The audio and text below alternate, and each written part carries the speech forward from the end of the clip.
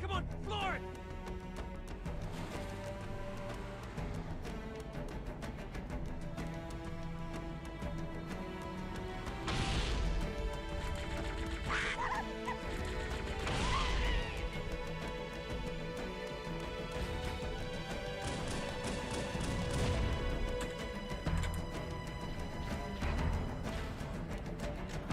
All right, chat. How are we doing?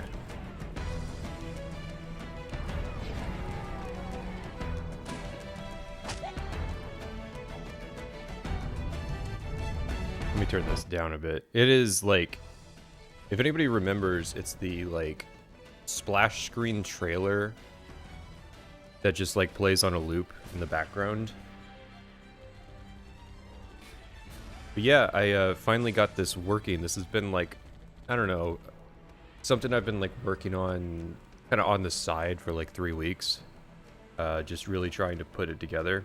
Yeah, you're not missing much. I'll show you.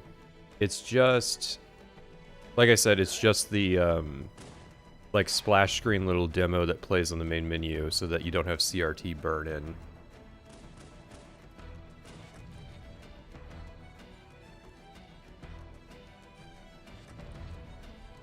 But yeah, it's been an adventure, I'll say that. First I had to get the Xbox, and that had its own like drama. And then I had to disassemble it to make sure that it wasn't going to kill itself. And then I got the CRT. That was like plug and play. And then it was the laptop. And I used Windows 11 for about 5 minutes and decided that I would rather go through the trouble of setting up streaming on Linux than use Windows 11 for even 1 more second. You're playing the actual Halo CE. Yeah, there's always a weird, like, elitism surrounding, like, the OG Xbox Halo CE. I actually haven't played it that much because I had the Gearbox port back in the day, and I mostly played it on PC. So I'm eager to see what makes the original so special. I'm pretty sure it's just that, like, most people don't have access to it, and that's why it's the special one. But yeah, so I had to get a streaming setup going on a laptop that's running Linux. So that was an adventure. Can we expect any LARP content soon? We don't have anything like planned, but that's always something that like depends on the dramas and situations happening. Like, you know, I've been like posting about Anita Sarkeesian lately, but I don't think that would ever get like LARP attention. I'm not even sure like who do you invite on in that situation, and then even if you invite them on, like what does that conversation end up looking like in the grand scheme of things? I had the idea of like, why don't I get Andy and Ross and kind of just let them talk to each other on LARP? That could be fun, but Ross seems busy. And then it's like, what we talk about the recent Stop Killing Games stuff? Because I mean, like, that's cool, but I don't know if LARP is one of those things where it's like I don't force those episodes to come out just for the sake of it producing content. Unlike my streams, if you want my take on stuff, you just come to the streams. I'm gonna be doing it. The goal is every Friday at this time slot. So like, oh wait, no, I'm late actually. Oh well, it's the first stream over on this channel. We did actually the first one was last week, but that was kind of a weird in-between thing where I was just trying to advertise that this was something I planned on doing, which was the whole marathon influencer brainwashing discussion. This isn't going to be like us reacting to a video. This really is just going to be playing an old Xbox game, and you guys can talk to me, and the way I have it set up is the left one is the like digital signal that's showing up on the TV, and then the right one, the smaller one, that's a camera filming a CRT, which is a pain in the ass. It might look a little like washed out. Every single time I touch this thing, I gotta like recalibrate all of the image settings for the particular like setup that I have. It looks close enough to the way that the OLED looks on the recording that I'm fine with it.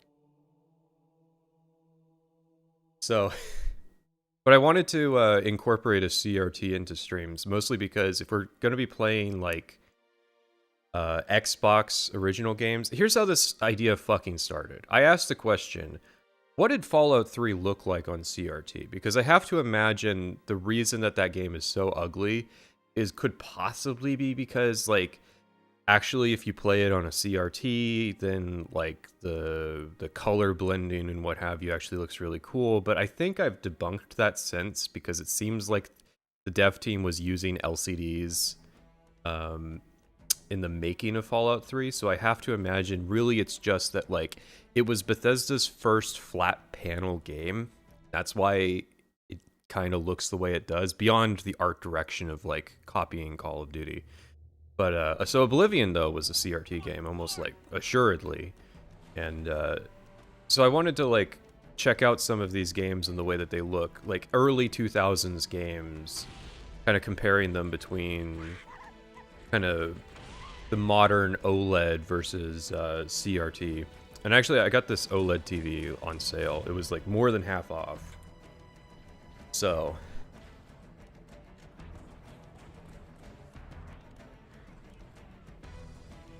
it looks like shit in CRT too. Yeah, I have to imagine, and that's probably because whatever you gain from the way that the color filter would be blended on CRT would be lost with the lower resolution. I'm not sure there's like a comfortable middle ground there.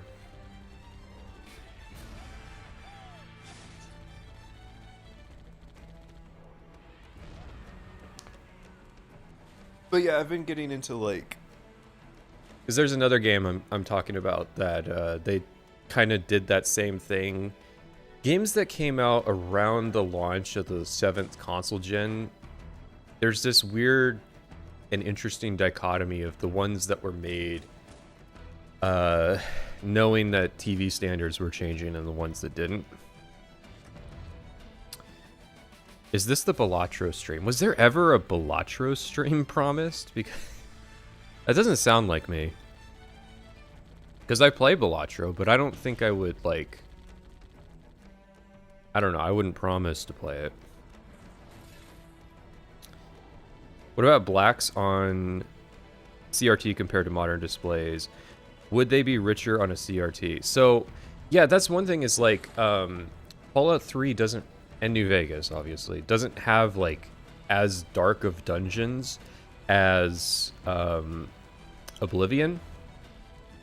And I think that could be partially owed to the fact that if they were making it on an LCD, LCDs have backlights on them. Neither of the screens I'm using right now, well, I guess the laptop screen does, but neither of the like TVs that I'm using right now has a backlight in the way that an LCD does. So like the OLED has true blacks, the CRT has true blacks. Like right now, you know, it's very dark when it cuts to black. And so like with Oblivion, I mean, I have Oblivion. I don't know if the copy works. I could just like put it in and show you. But like with Oblivion, you know, dark dungeons are actually dark. Whereas with Fallout 3, there's like almost this low-level glow to everything. And I think that's the fact that they like color balanced it around LCD.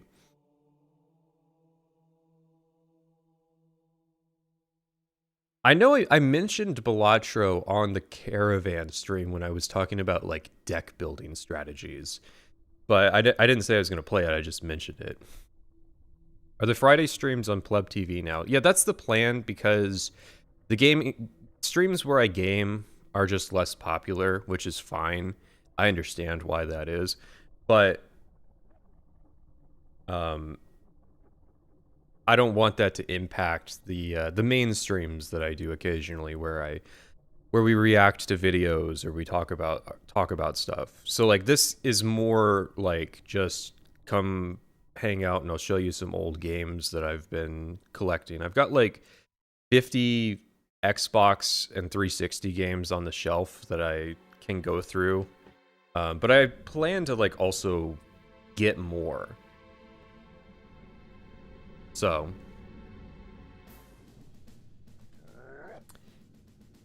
honestly, I prefer CRT over LCD. Yeah, that is a very normal opinion.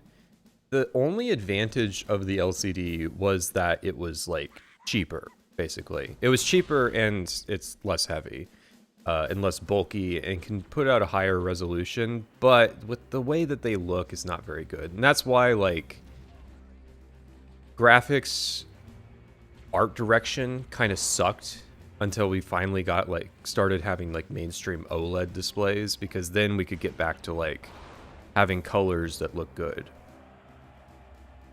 And even then, like, they really don't. Like, I was joking last stream about, like, we came up with HDR and then made everything very lacking in color. Moving to 55-inch CRT sucked. You had a 55-inch CRT? I thought they maxed out at, like, 48, which is, like, like, the biggest CRTs ever are like now the same size as like the smallest TVs that you can buy today.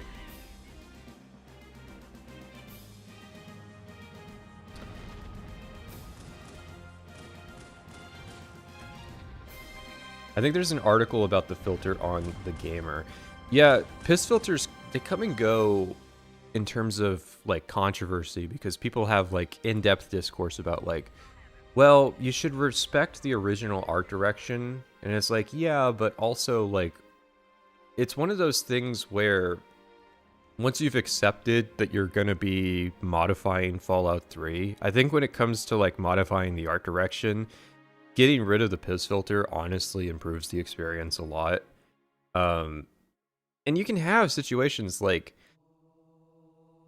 there are mods that get rid of it completely, and I don't think that's a good idea, but there are also mods that just downplay it. And so if you have actually intentional color filtering in certain areas, like say Searchlight, it doesn't delete that color filtering, it just gets rid of the like overworld color filtering, which I think is good, because the way you use color filters isn't you just turn it on and leave it on for the entire game and then like maybe have 2 or 3 levels where it's ever turned off. Like the Fallout 3 piss filter's like on the entire time unless you're in like Vault 101, Raven Rock, and wherever Harold hangs out.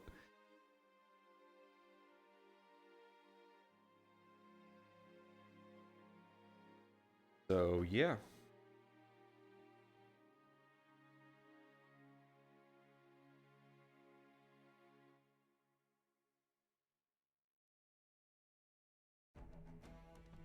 How everything's set up, it's like a mess of cables right now.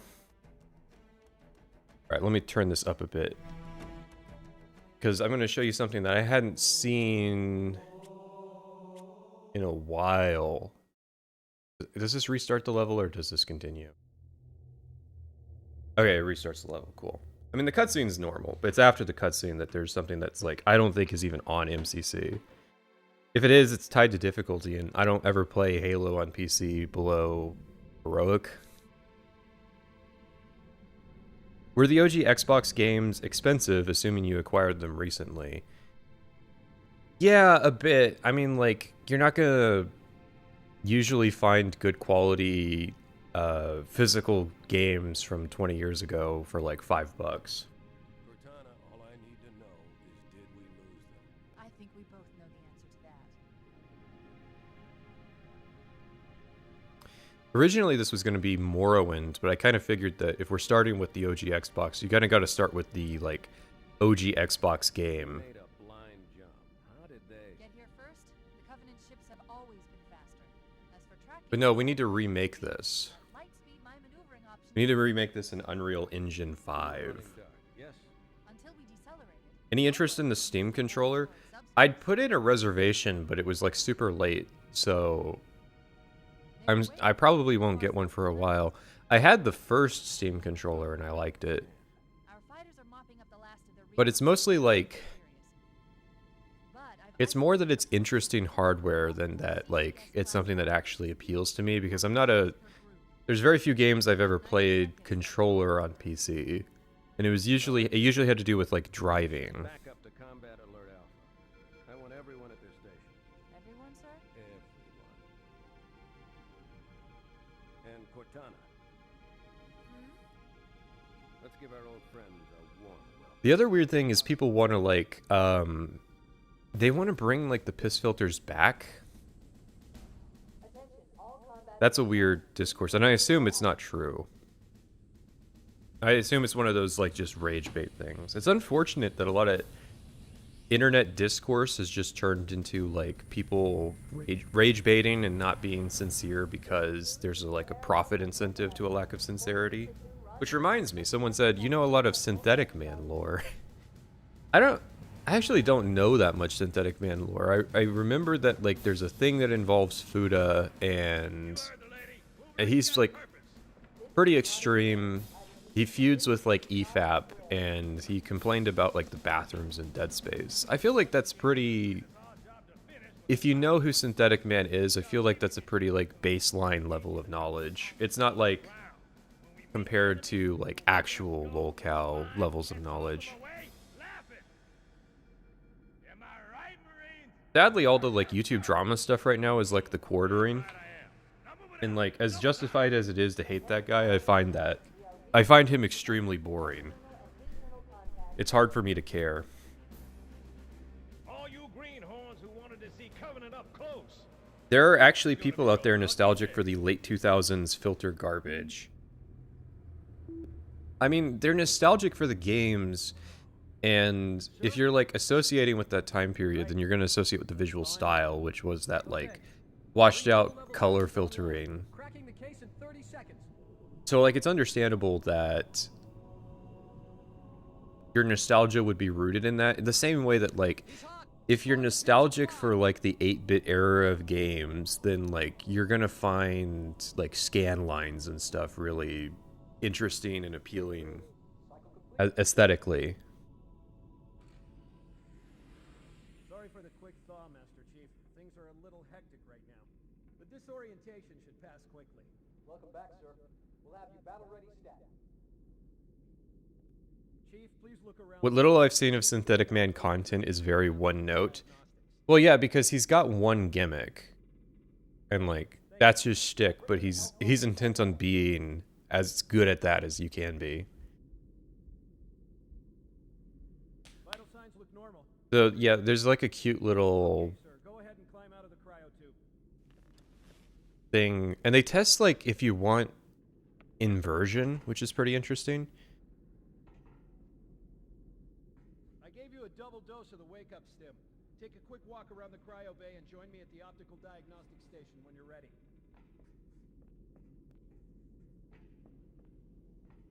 I did boot up Marathon, but I didn't play it to see what it looked like on the CRT.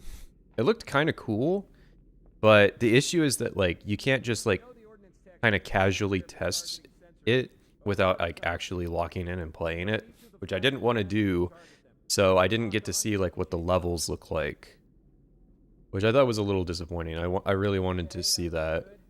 Sir, I'm getting some calibration errors. I'm going to invert your looking pitch so you can see if you like it better that way. Try targeting the flashing lights again. Why did they test Y inversion and not X inversion? I think Halo CE can do X inversion. Okay, try looking up and down again, please. Do you want me to leave it like that or switch it again? Yeah, I think this is the way I usually do it. I'll leave the pitch normal, but if you want, you can change it yourself later. I'm ready for the energy shield test now. Please follow me to the energy shield test station. Fire teams, report to defensive position. There was a conversation lately that, like, Halo MCC ruined the visual art direction of Halo 4, and people have been posting comparison screenshots. I would actually be interested in checking that out, except for the fact that when I've gone to the game store, I can't find copies of Halo 4. I also can't find copies of Fallout New Vegas in person. So these are things that I have to, like, order. Okay, bring us his energy shields online, please. Yes, I am using Linux. I'm using Fedora.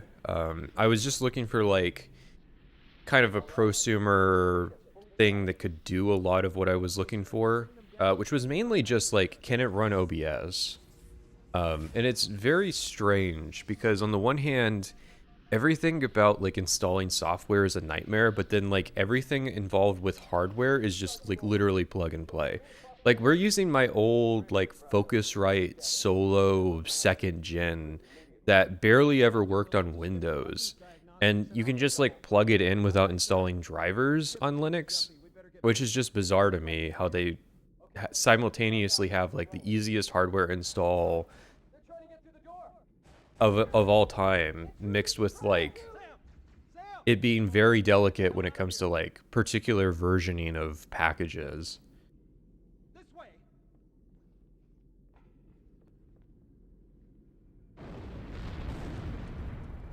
Oh no.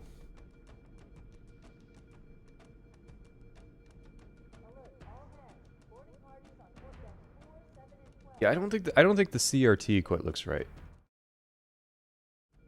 I didn't set up the other scene properly, so like the audio disappears. Let's see if I can dial that in.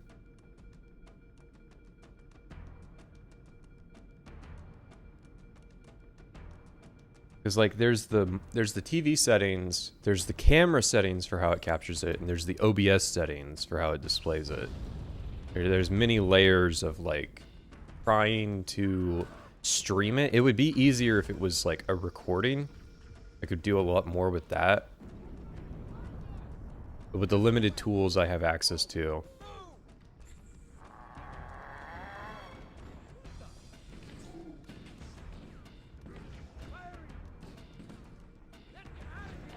That immediately made me think of like the Halo 4 elevator scene where you get jumped by a blue elite, but it's a quick time event in that game. As was the style of the era. On the breach ASAP. Better follow me.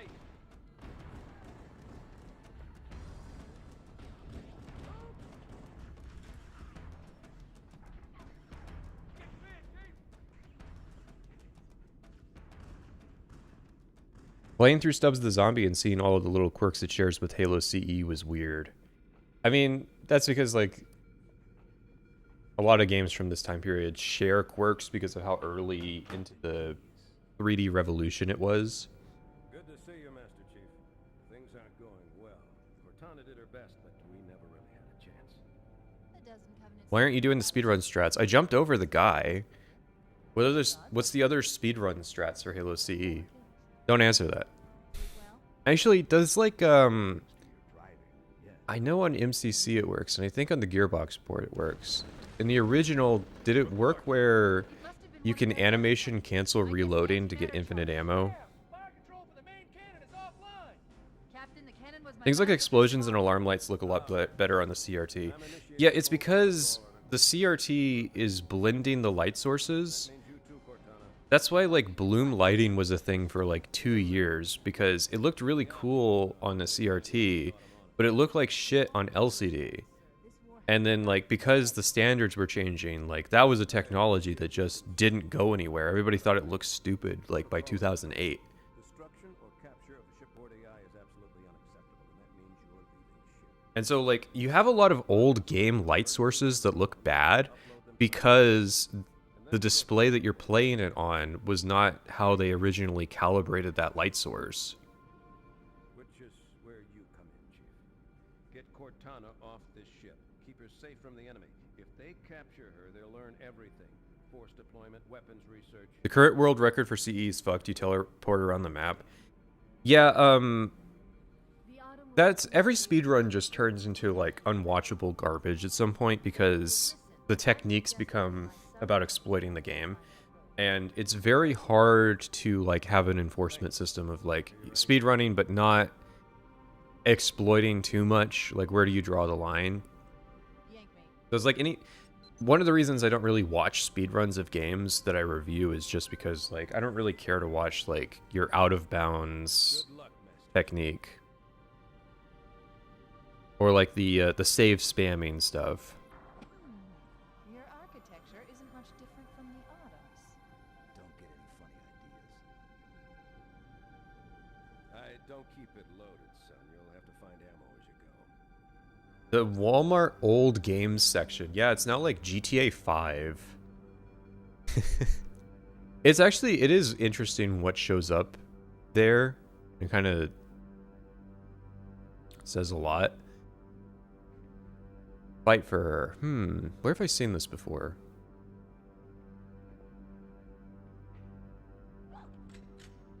Alright. FPS gameplay on a controller.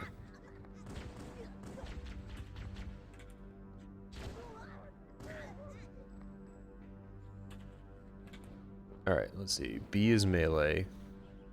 Those Marines could use some help, Chief. X is reload.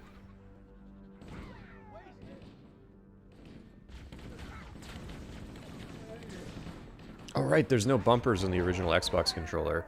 I don't have a USB adapter yet, so I am using, like, an actual Xbox controller. I wanted to use the Concord controller, because I think it's funny. Even though I don't actually care for, the, like, the DualSense layout. Oh man, the tracking is fucking with me, because I'm, like, I'm trying to, like, strafe to get the reticle into position, and then, like, the auto tracking is, like, the auto tracking is trying to do it for me. So, like, there's a conflict between us. I think that's one of those things that you gotta get used to.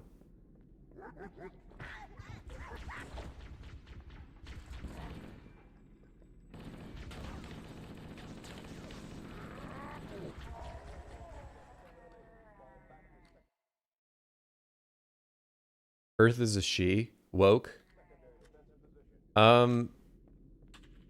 Anything that you ride is a she. You could say that you are indeed riding the earth.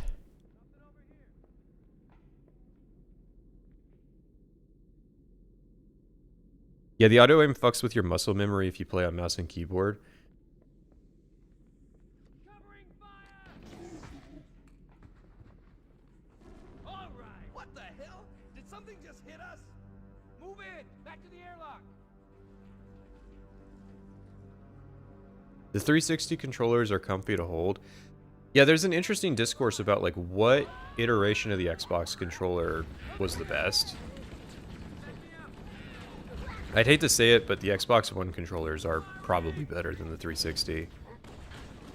And then, like, probably the main issue with anything post that is honestly just, like, you have no guarantee you're going to get a functional controller if you buy from, like, the series generation. Our lifeboat airlocks to attach Or even, like, the them. late Xbox Go out Ones. and they come in.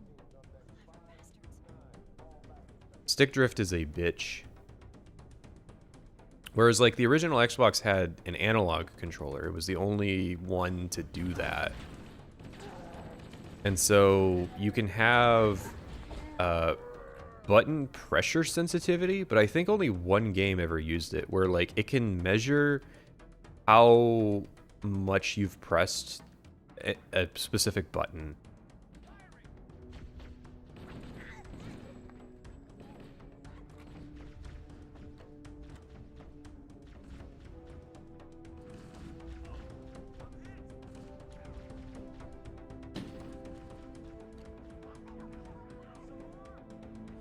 I miss the black and white buttons. I feel like every controller just has the equivalent now. They're just like the menu and start. There's always like weird extra buttons. Like, I think the PlayStation button has like a dedicated share thing on it. Like, I want to be able to press one button on my controller that automatically shares a clip to my 40 sub YouTube channel.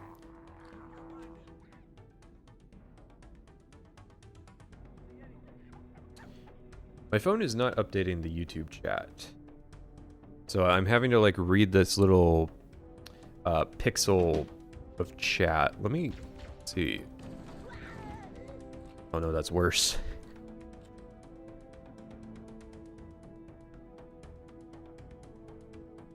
There's one thing I like about controllers over PC. Oh no, absolutely. And like the weird thing about not being able to walk in PC is that games have, like, there are games out there that actually tried to deal with that. Like the original Splinter Cell, because it's a mechanical consideration, makes it possible to control the pace at which you're walking, even on a mouse and keyboard. Whereas, like, no game since has, like, every game copied the sound, the floor materials make idea, but not the ability to pace yourself. And so it's like, whenever I do B-roll in a game, and I want to, like, a nice, smooth, sweeping shot, you gotta use a controller. There's probably some, like, PC program that someone's made to, like, try to resolve that.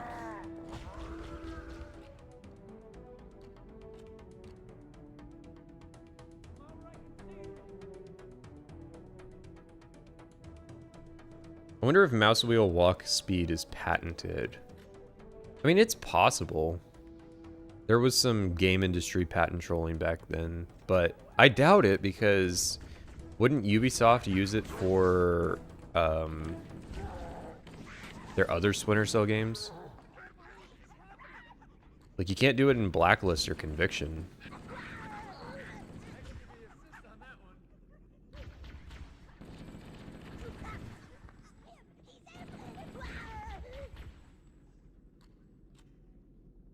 Tarkov has smooth movement pacing for some reason. Heartbreaking. Worst person you know makes good point.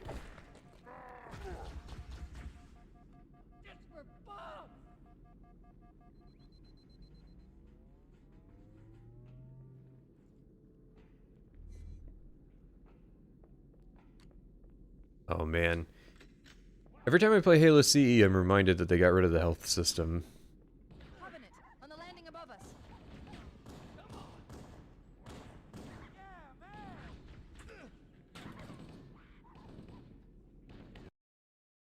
Oh.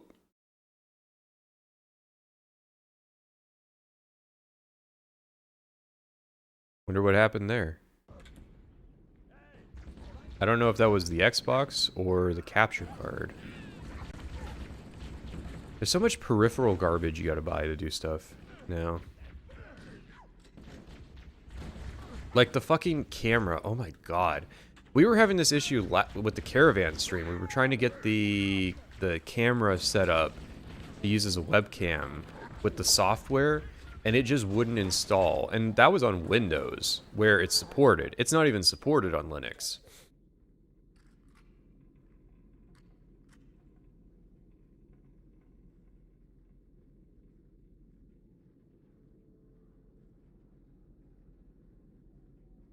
I love gimmick controller features like touch-sensitive buttons on PS3, or whatever Nintendo does on every console. Everything to make the future of emulation miserable.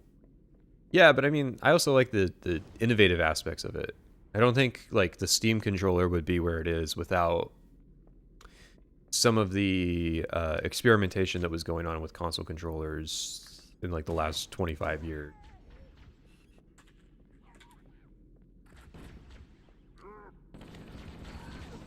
I mean, it's the same thing with, like, CRTs, you know? Like, in 25 years, people really aren't going to be able to experience the visuals of a lot of games the way that they were originally intended. You're going to be able to, like, emulate it with hardware shaders, but you're not going to be able to actually, like, experience it. And then there's certain types of games that will, like, probably be impossible to play. And it's like, well, that's just, like, the nature of the technology, the fact that it was crazy that we were using them to begin with. Because now it's like borderline impossible for them to ever be manufactured again in, like, a consumer commercial application, because they actually still are made. It's just that, god damn, this is why I don't use the pistol on the controller.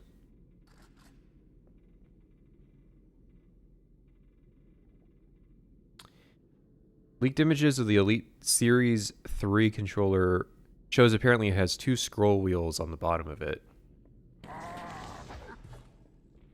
But does it fix the stick drift? All hands, this is the captain. Prepare to abandon ship. Combat teams, repel borders until obstacles are away. The life pods are launching. We should hurry. Yeah, the explosion effects look very cool in the CRT. And then they're just kind of like boring. They're destroying the life pods. Unlike the digital display.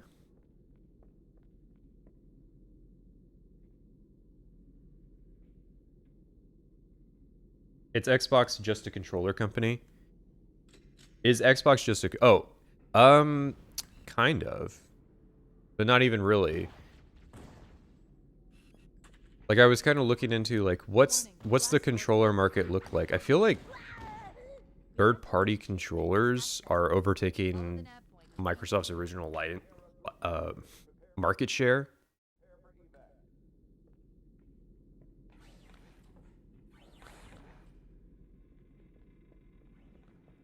Yeah, use the white button to use your flashlight.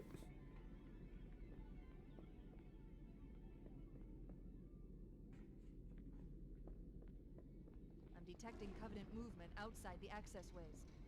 Activating motion tracker. Let's find a safe exit. We're too close. We need to find another route. Man, look at this fucking Door's all clear. black room. We need to get through that door, but it's been damaged by an explosion. Analyzing. Halo CE could have had this atmosphere more, and it just chose not to, which I think is kind of a shame. Bash it open with the butt of your weapon. And then does the PC? I know the Gearbox version does. Does this happen in MCC too? This like little melee tutorial.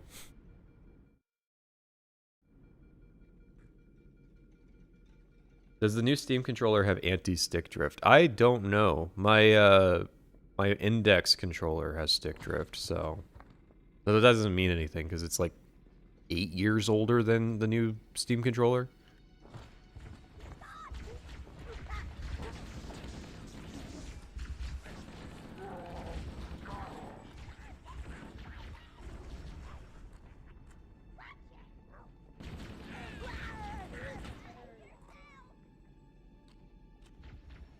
The fact that they have ported Morrowind to new Xboxes and NVIDIA RTX Remix proves that they still have the source. Not necessarily. Well, especially with the NVIDIA Remix thing. I'm not even sure that like they consulted with Bethesda when they were like coming up with that demo. I'm pretty sure that demo came from a perspective of the files are so innately modifiable and accessible that they could just do that. I think that's the main reason they chose that game to demo it. Not that it mattered, because it's not like they ever actually did anything with it.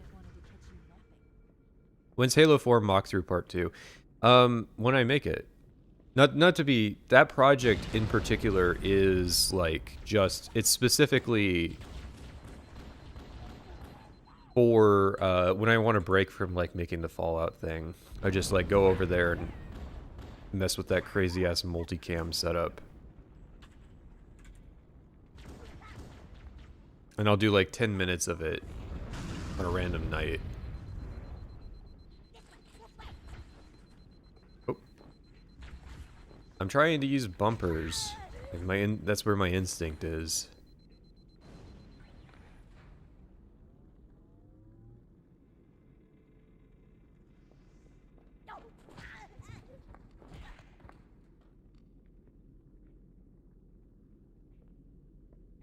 Remember when every like action first-person shooter was also like trying to be a horror game? What was up with that? No, I know what was up with it. Everybody was like copying Doom. And that's like one of the most amusing like ideas from Doom is that like, oh yeah, Doom 1, this like super fast-paced arcade boomer shooter. Yeah, it's supposed to actually feel like you're playing a horror game. And that's why Doom 3 is the way it is. The damage to it's like adapting to what Doom was supposed to be and not what just kind of everybody played Doom as in the 90s.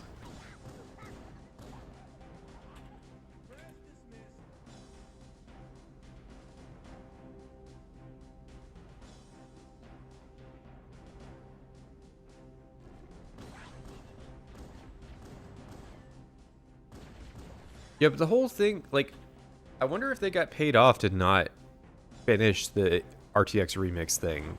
Because it seems like, oh yeah, you can just take your old games and make your own remasters automatically.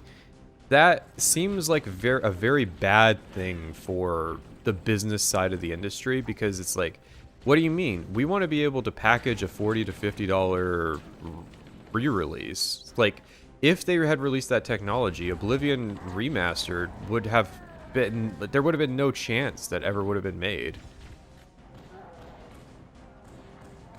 Because you would have just been able to do it yourself. So I wouldn't be surprised if they released that just to, like, get paid off to not make those tools. Not necessarily by Bethesda, but maybe just, like... I don't know. That's the way I look at it. They got caught using mods is why they stopped it. I mean, you're going to have to post a source that's actually the reason they stopped it. As in, you're saying the assets were mods?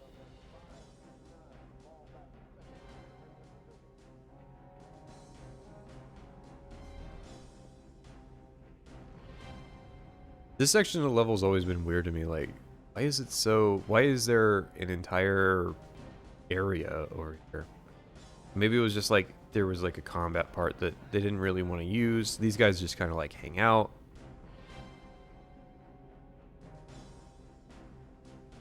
If I had to guess, they probably changed this segment a lot.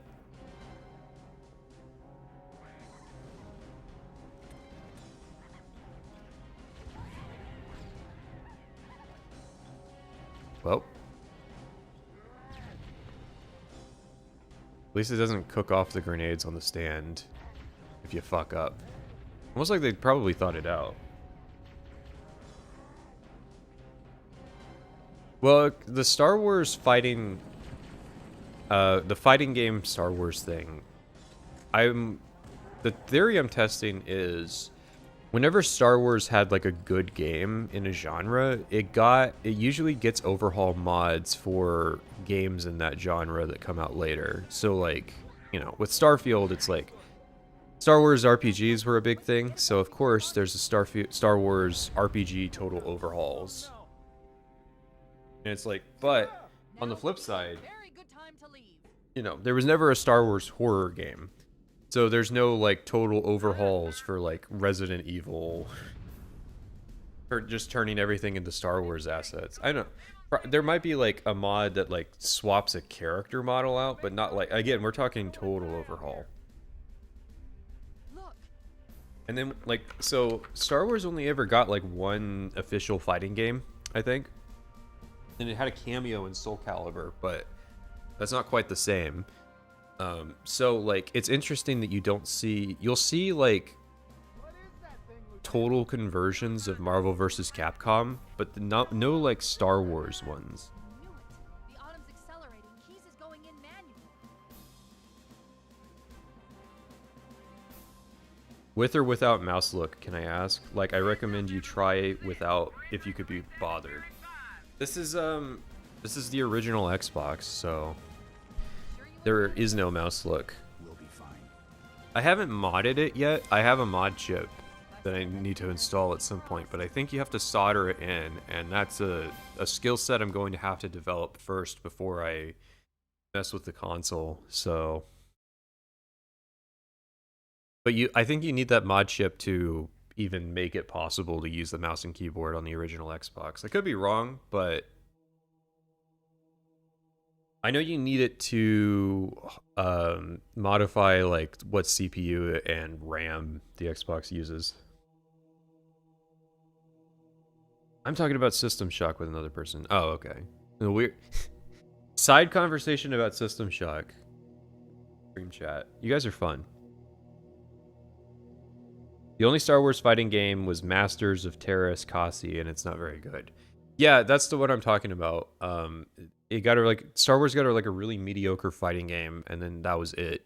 And I think that's the reason why you don't have those like major overhaul mods. Those light beams look really good. So it's like anything that has to do with the particle effects just looks really cool. Controller vibrations. My butt plug is going off. Chief? Miss those aura loading screens. Yeah, that's like... Are you alright? Can you move? I really wish MCC had gone to the effort of There's nothing we can porting over the original loading screens too, because every Halo game has Covenant dropships on a original loading screens that are just missing in MCC. Covenant will believe that everyone aboard this lifeboat died in a crash. If I remember correctly, it was a beat 'em up. The screenshot I saw looked like it was a like 2D fighting game. I could be wrong. You even fucking do this on Xbox? You have to be like a Xbox Gamer Pro?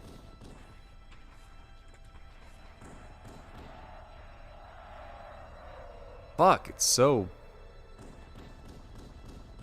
Kinda has to like hold a straight line for me to even like consistently get hits off. Well, I guess if I can do it. I don't want to do it like again though. Is this thing, and they eventually leave, so. Wasn't Star Wars Battlefront born from a Star Wars overhaul for Battlefield? That is lore I'm not aware of. And I don't necessarily think it's true, because Steven Spielberg was really into like the Medal of Honor games. So like it's entirely possible that LucasArts was just like, you know, got a thing that was like, hey, make a Battlefield style game.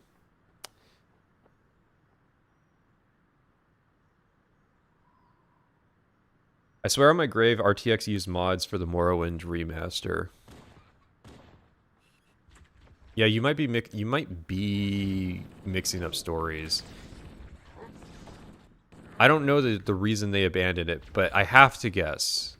This was right before like Nvidia started getting Nvidia started getting into AI.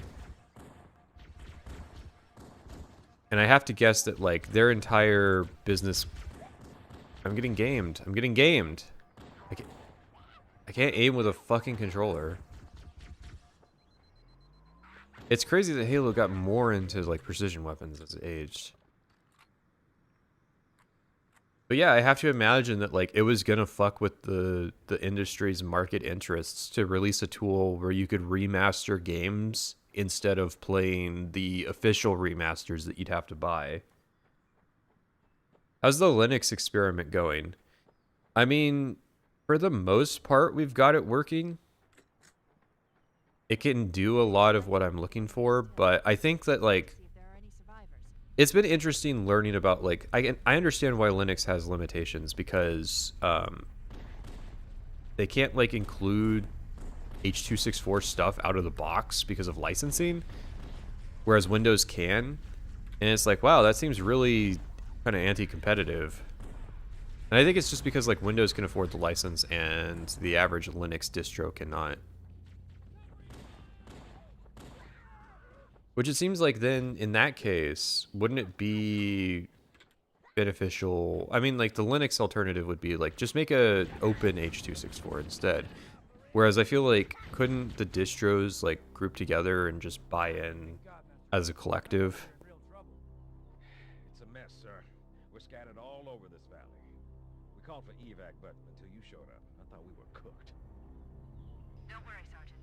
We'll stay here until evac arrives. Heads up! I got The Halo SMG using 22 long rifle is hilarious and awful and makes total sense with how shit it is. Yeah, I mean, it's weird that it's made an option for the Master Chief. I think it's just like, it's a weapon that exists, so he gets to use it. But like, yeah, it's bad. But it's like, you know, it's a weapon for like Navy crewmen to pepper grunts with. It's not supposed to be like the elite shredder 5000.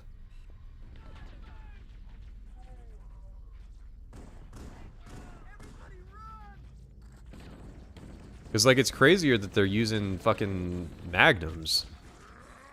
Oh yeah, this is probably a death.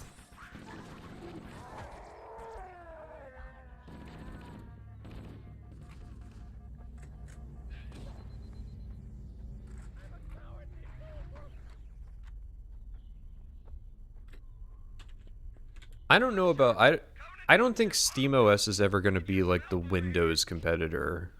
I think that I don't know. That would be funny if that was like the one prediction I was just wrong about. But to me, it always strikes me that it's going to be gaming oriented, which means that it's not going to be good at like other kind of tasks that you would want to look for in an OS. So like on the main PC, I'm probably still going to be in the Windows ecosystem for as long as I can be, just because there's a baseline compatibility with a lot of software that I need to use. Whereas like here, there's years of effort getting this compatibility online to be able to stream on Linux. And even then, it's a bitch.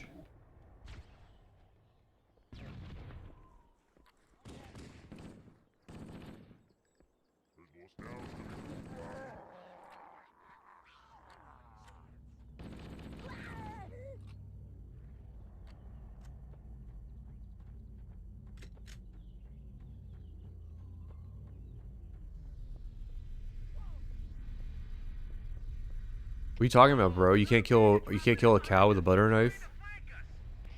What kind of man are you? I love this. The animation just freezes when it gets to where they want it to. So it's like one continuous landing animation, but then they realize they wanted it to pause, so it literally just like pauses in place. Also, who is the Marine that threw that grenade? Because God bless.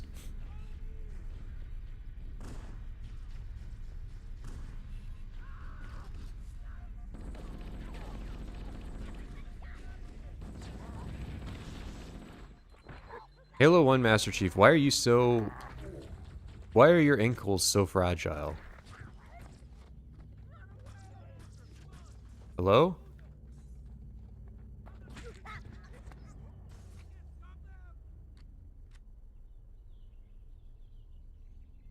It's funny that there's Linux distros that basically do the same thing as Windows, but game devs still refuse to let their games go to Linux. I mean, the problem is that there's too many Linux distros. And so when you're looking at it from like an official support perspective, it's like, you know, how do you as a game dev actually sit down and support all of these different versions of operating systems? That's why like it has to be, the effort is being carried by Valve because they're the only ones with the interest and the financing to actually push for this stuff, and the I said interest.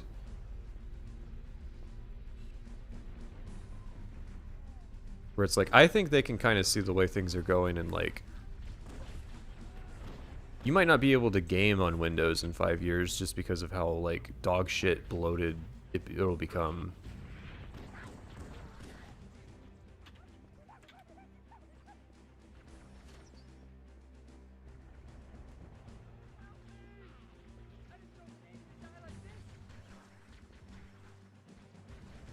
What's the canon status of the Todd God changing Cyrodiil after watching Lord of the Rings?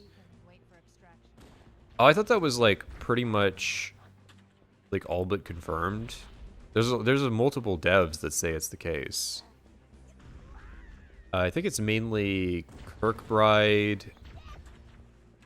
Kirkbride has said it before.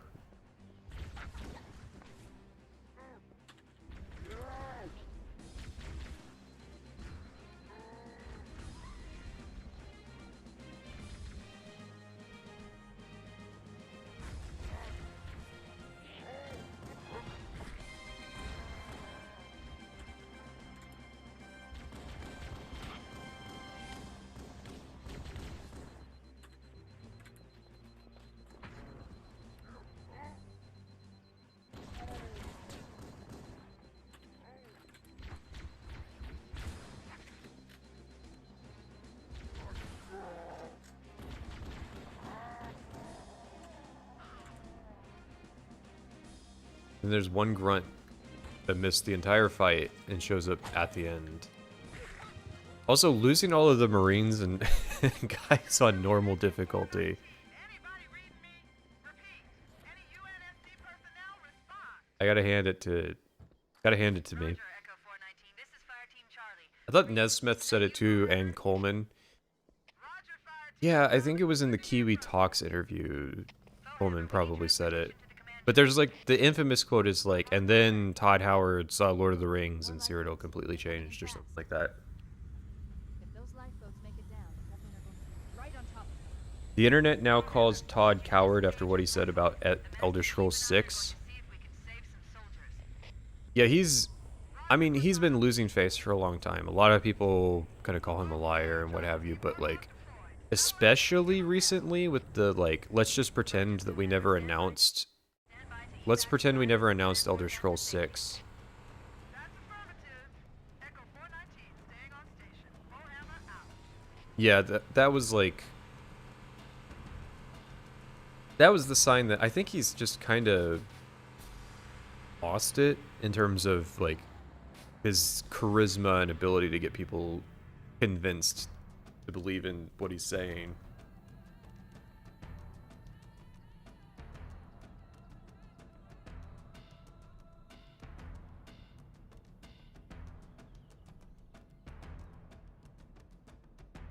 I'm still shocked it took 15 years in your retrospective video to alert the general public that Todd Howard was the voice of Clavicus. I always thought that was public knowledge.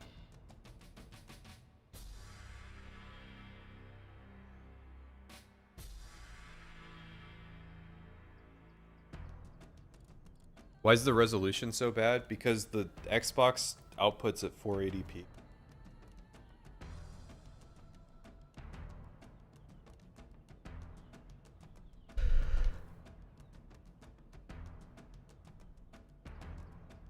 It's got like 64 megabytes of RAM or something crazy like that.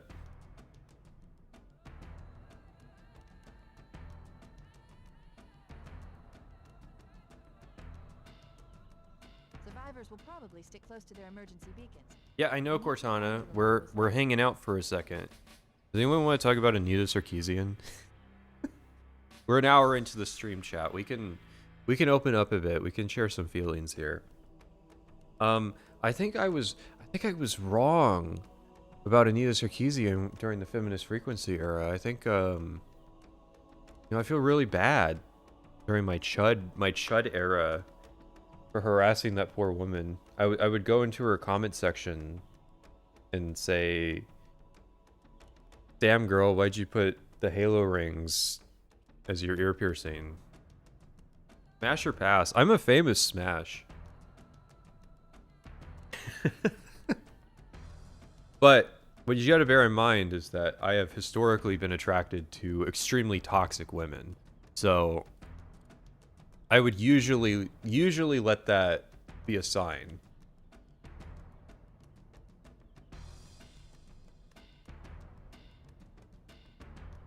But I don't want to. Yeah, well, it's my stream. With these streams, I kind of just want to like talk about what's been going on that week, and I feel like what's been going on this week is, I don't know. You want to talk about Chud the Builder? Because I don't.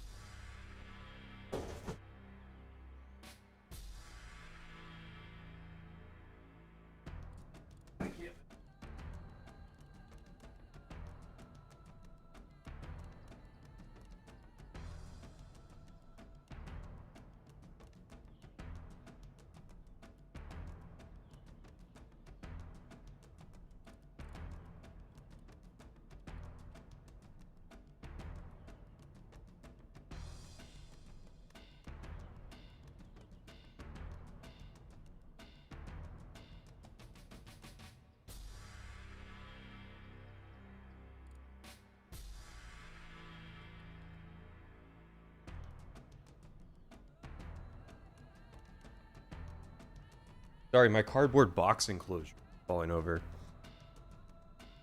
I don't mean to be depressing, but man, looking at this now and feeling nothing when as a kid I used to be obsessed with Halo, all the whimsy is just gone.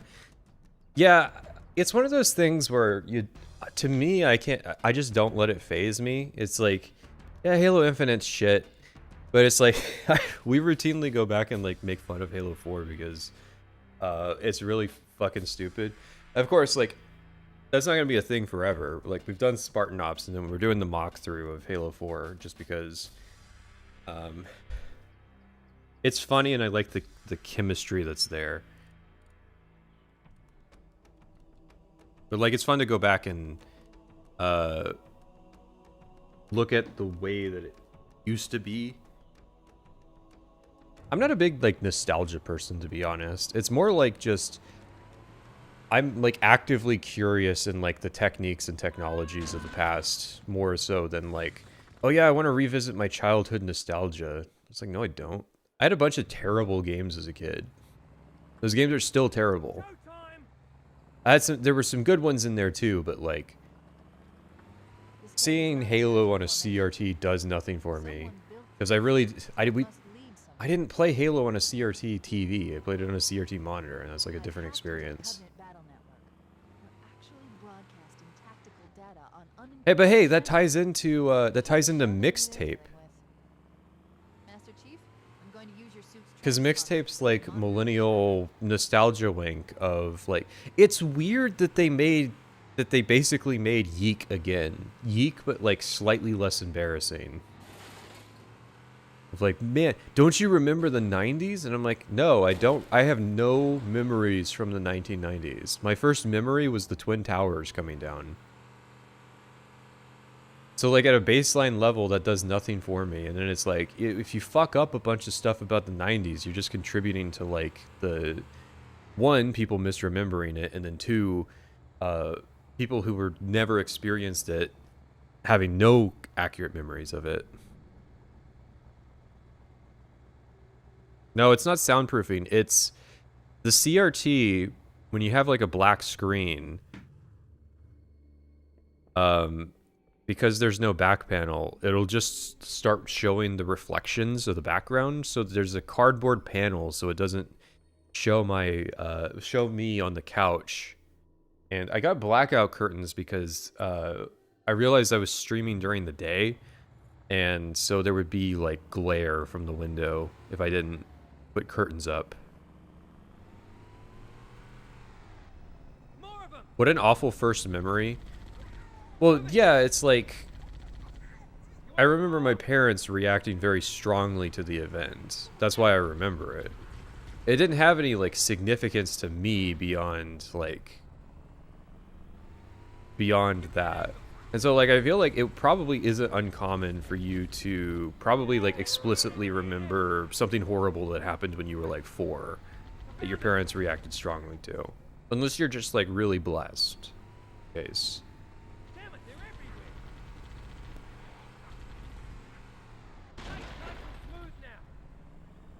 The reflection is authentic. Yeah, but... oh, shit. First death, and it was owed to the, like, very sluggish controls of the Warthog. It's not very responsive on the Xbox. I mean, it's bad on the PC version, but, like... there's a... like, it is really floating around. The soul of, like, pre-Havoc physics. Did Halo use Havoc physics? But, like, the soul of, like, pre-physics engine vehicles.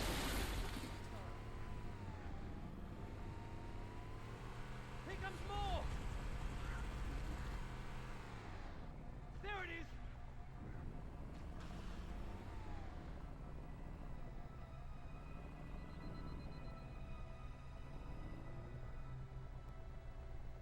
I think the CRT gimmick is only cool with pixel art.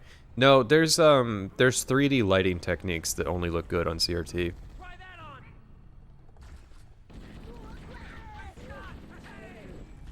It's mainly lighting. Like, yeah, a model's gonna look the same no matter like what display you're on, but the way I don't remember the specific example, but it was like there's games where if they wanted to like cast a partial shadow on this, so they would texture it where like this would be a slightly darker part, and it just looks like it looks terrible on a panel display, but when it's on a CRT, the way it blends, it creates like a smooth gradient of lighting, and it creates like a more like convincing effect. Whereas like on a digital display, it's just like, yeah, there's a hard fucking line of shadow there.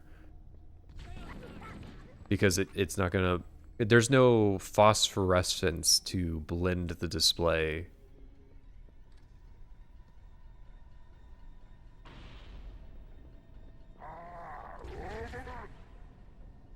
Not a stick.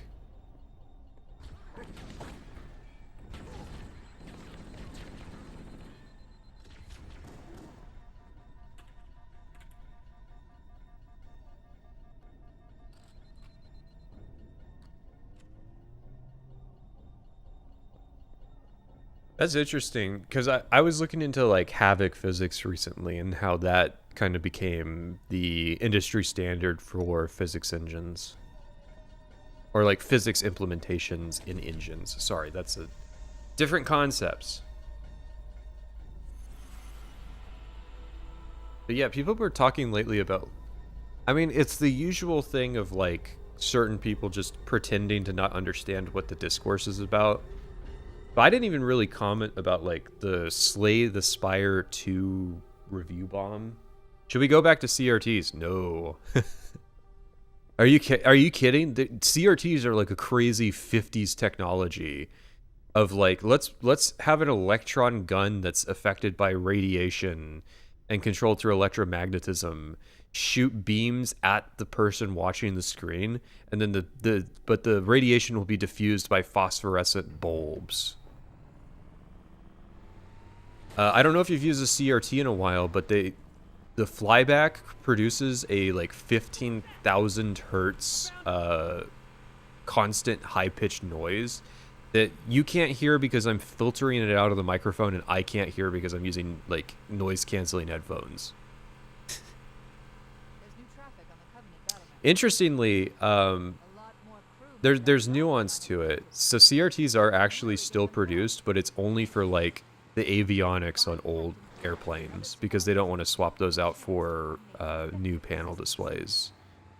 So like there actually are new CRTs in existence. But yeah, like consumer grade CRTs are impossible because of how expensive it is to like start up the manufacturing. But when it comes to manufacturing, they were significantly easier than like making 70,000 pixels on an LCD back in 1962. Sarkeesian was involved in Slay the Spire, so like that whole controversy, and it's really funny. This is like the way discourse is now. People just don't know stuff. They don't know stuff because like, so like person A will say Anita Sarkeesian was credited on Slay the Spire 2, and then person B will say, well, it doesn't really seem like she was involved. And then person C will be like, well, I'm still giving it a negative review. And then like by the time you get to like person F, that's when it shows up on your feed. You've got no clue as to the original context of why the fuck people are even talking about this to begin with. And so it's like, eventually Slay the Spire eventually just gets removed from the conversation entirely. Sniping on controller, that'll be fun.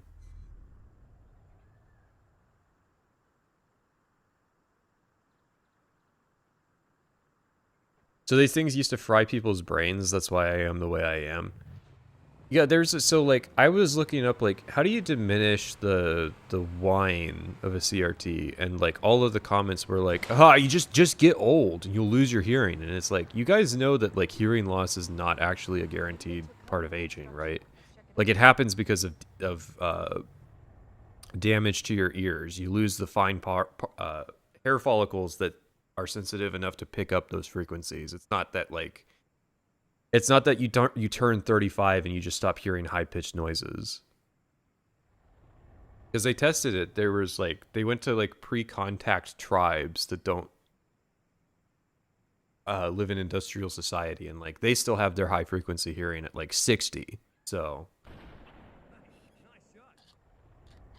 yeah,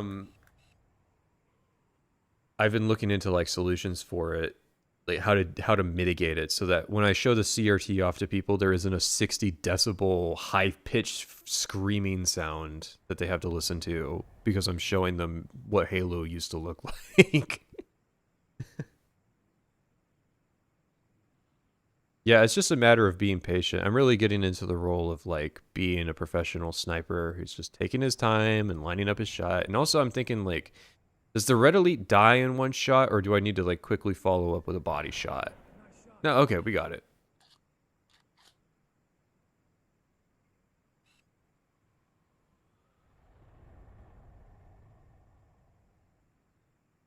I have 2 and they make no noise. I'd hate to break it to you. So, oh, you mean CRT monitors?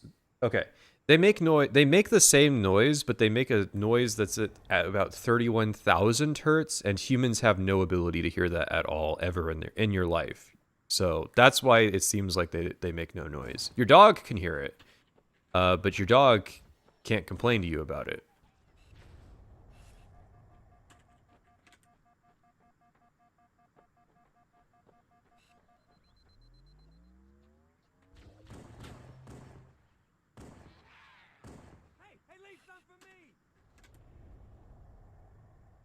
Do you hold your breath while sniping?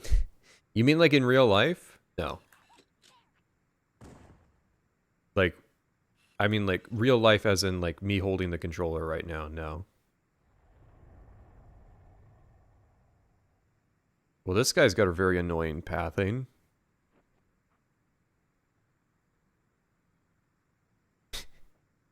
It's the running backwards that gets me. Hang on, okay, so that's max zoom. Yeah, there is like a tiny amount of aim assist.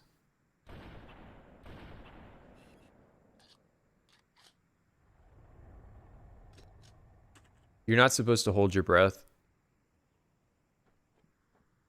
Yeah, I've never messed with like long range shooting. But yeah, I think that it is a Hollywoodism to like, you gotta hold your breath while lining up. Well, it might actually be like a video gameism, honestly. So what the fuck? What happened? Is that me? Because I didn't lose any health.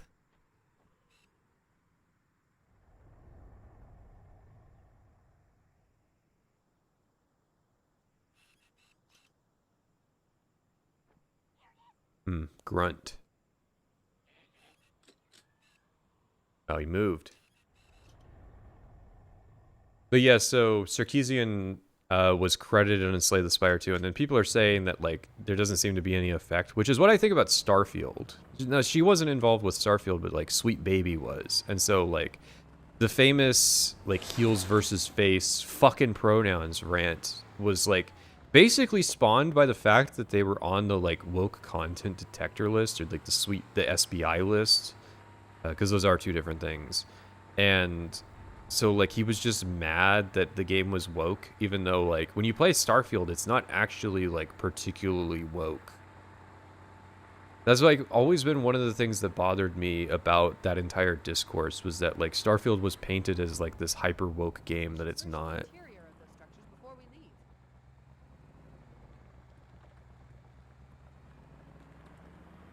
So like of all the games to crash out at, why was it Starfield? But so it seems to be one of those situations where it's just like they were probably like, you got to remember after like 2021 there started being like a lot of initiatives to like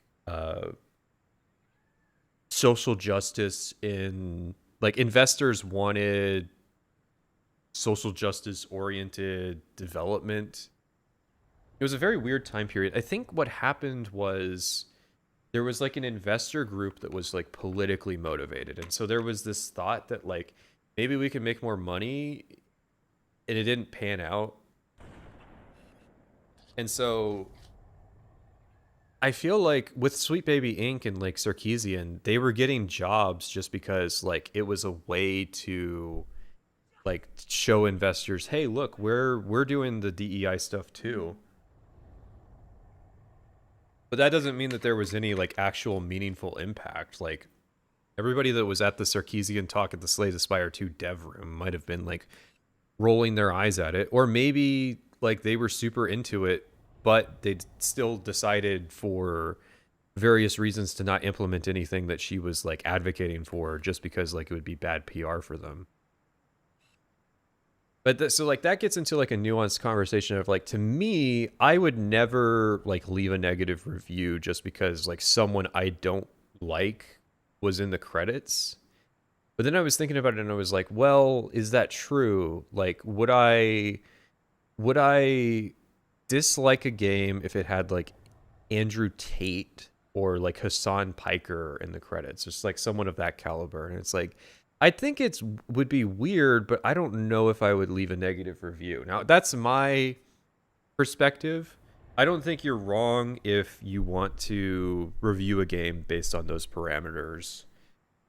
Personally, you're certainly not wrong if you don't want to like financially support it, right? So then like, do you leave a review so that people are aware this is a thing that was going on?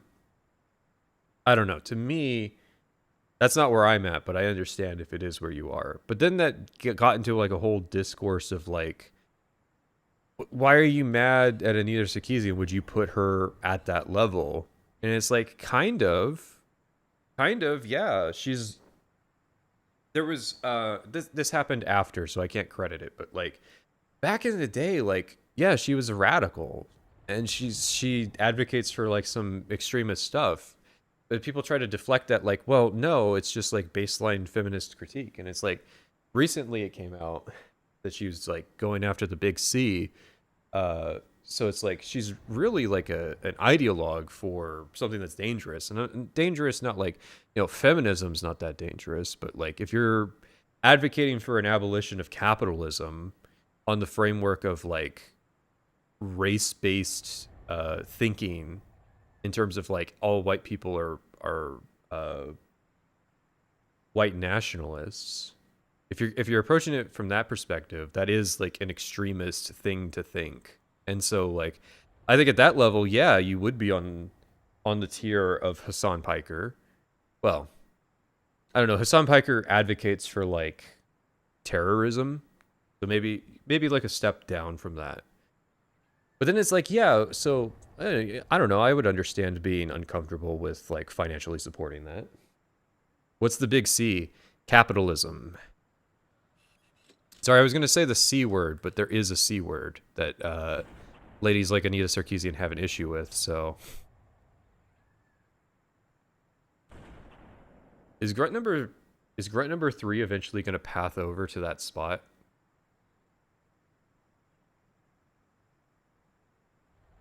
I'd be very curious how a game that consults Andrew Tate would turn out. We already know what games look like if they consult with Hassan or Anita or SBI. Yeah, that would be very funny. I have to imagine. Now he's too negative PR for like even the most like anti-woke developer to actually consider, because like Andrew Tate is not. He's got like a very particular audience that's interested in him that are not like really creatives. So like, who would be a right-wing equivalent? Because there was that like Knight's Path game that was like big on being anti-woke. I don't know, I feel like we're a ways away from the anti-woke thing turning to having its own like consultancy class. But that is like a very funny ah, fuck. I do this every fucking time I play this game. It would probably look like that bad Punisher movie that came out. Maybe they could cover in that structure. Oh, cool. We get to do all the sniping again. That's fun. Actually, there's some other sniping we should do first before we run out of ammo. But, like, okay, so is Punisher even, like, that particularly conservative? I know its fans are, because its fans really like the idea, but I don't know. I haven't seen the Punisher stuff to actually gauge.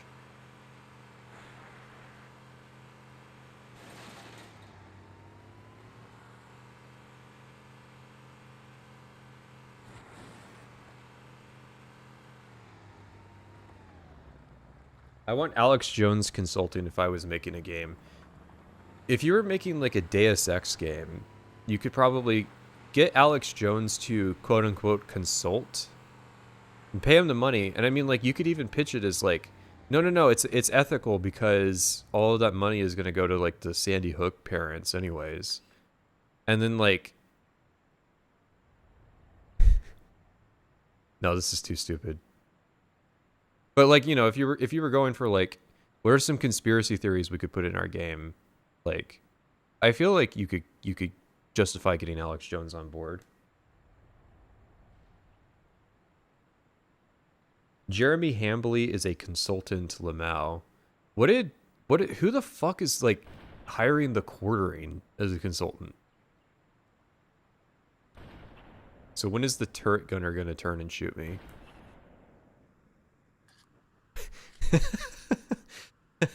Hey buddy, you might not want to aim that at me.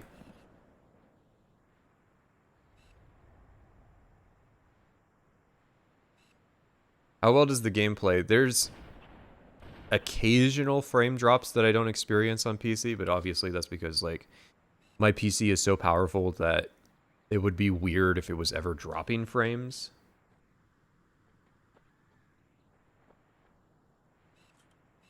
There's got to be one more that we missed.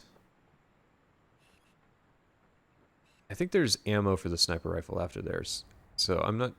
Like, jackals, I think... Never on PC would I snipe jackals because it's kind of a waste of ammo, but in this situation, yeah, because I can't do the jackal headshots as easy.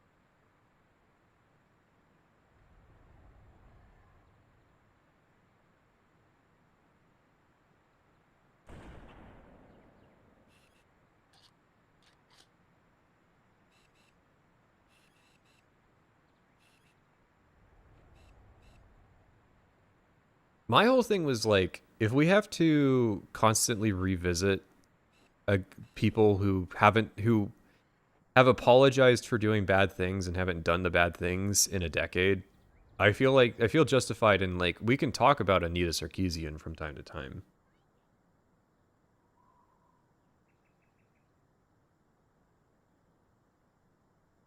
I hate on mobile, there's like a little heart icon, so I can't fully read the messages of the bottom chat.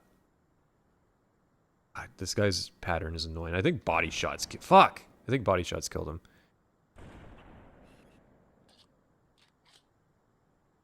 Planet Alcatraz. That's what Andrew Tate making a game would be. The problem is, are we sure Andrew Tate actually believes anything? Or just that he's found a market that he can tap into? I mean... Nah, he probably believes all that stuff. I used to think he was, like, kind of faking it, or playing it up. Okay, there we go. Hey, buddy. No survivors, Master Chief. Yeah, it's unfortunate. Alright, so we... Oh, they're coming up.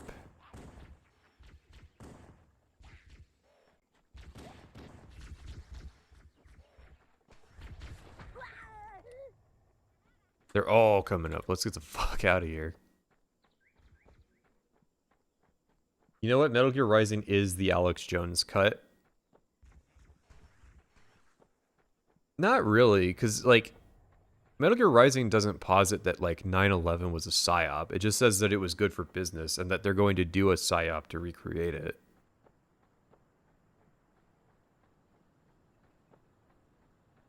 Cortana to Echo 419. Stay on station, Foehammer.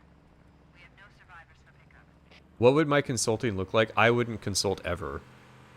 Someone was like trying to say like, you're only calling out Anita because you are jealous of her and you want her job. And I'm like, no, not at all. That sounds like a fucking nightmare. Are you kidding? Like, let's go through what she does. She goes to game conferences and schmoozes up game devs in order to convince them to tell their boss to hire her. Every step of that sounds really unpleasant to me. Like, I don't want to like schmooze up strangers. I don't want to. I see demons in the road. I'm gonna run them over. Oh, this is not nearly responsive enough to do that. But like, making friends at games conferences sounds like it sucks. Asking those, you know, quote unquote friends to ask their boss to get you hired as like a consultant, that also sounds like. Nah, I don't want to do that. Like the lecture part would be the most interesting, but it's like it's a lot more than just like she shows up and gets paid to lecture. Like there's a whole process of getting those sales to begin with. And like that's really unpleasant. I want to be at the house playing video games.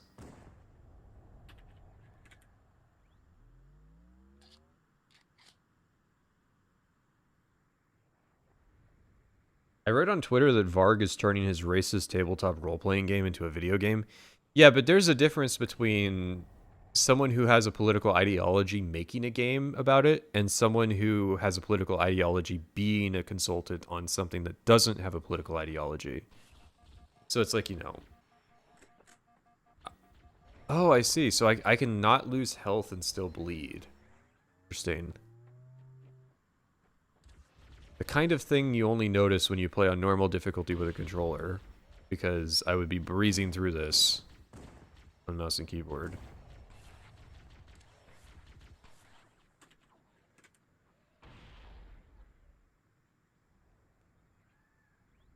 Every marine on the map is now hostile, I'm pretty sure. Yeah. But the tech is you kill the marines and then you don't have to go through the defense sequence.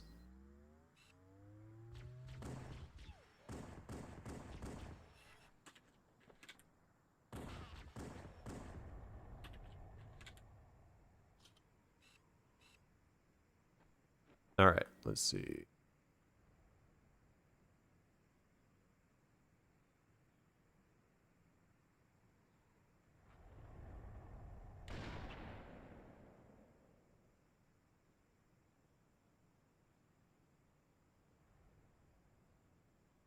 Yeah, turn your head like that.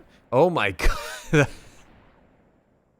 On some fucking Donald Trump stuff right there. Holy shit. Man's had a bullet graze his ear and just disappeared. Oh, he's back. So you could get a collateral there. That's like perfectly lined up where like if you wait long enough, those two elites will patrol in a way where they will line their heads up along this plane.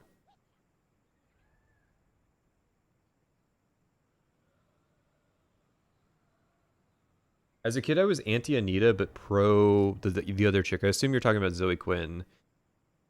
That people got mad at her for cheating on her boyfriend because I liked the game she made. You liked... Oh, God, what was that game she made? It was like a... They were... Honestly, so I had a class project that was like, make a museum of like a historical event in PowerPoint. And that was like the equivalent of the game that Zoe Quinn's first game, Depression Quest, yeah. Where it's like, it just has a bunch, like, it's somehow less than a visual novel in the way that it's laid out.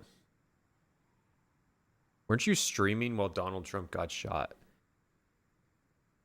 I don't think so. We were streaming when Joe Biden dropped out. We might have been I don't... Somebody is going to have to...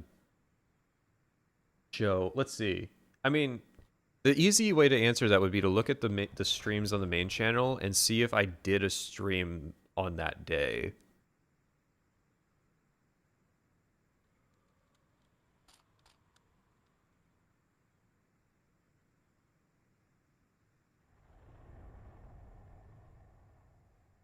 I was thinking of the Brianna Wu game, Revolution 60 or something.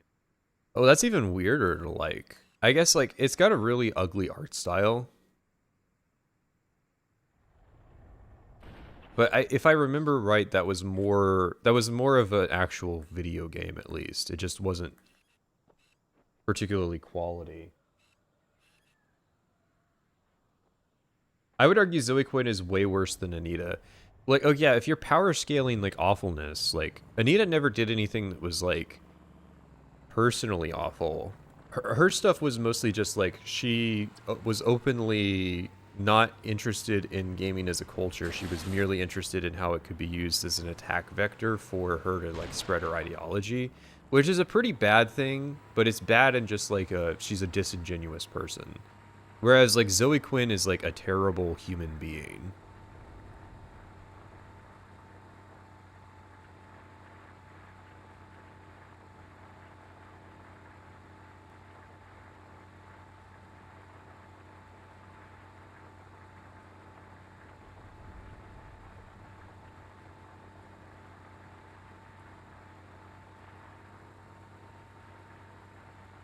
I got the Toyota Hilux all-wheel drive.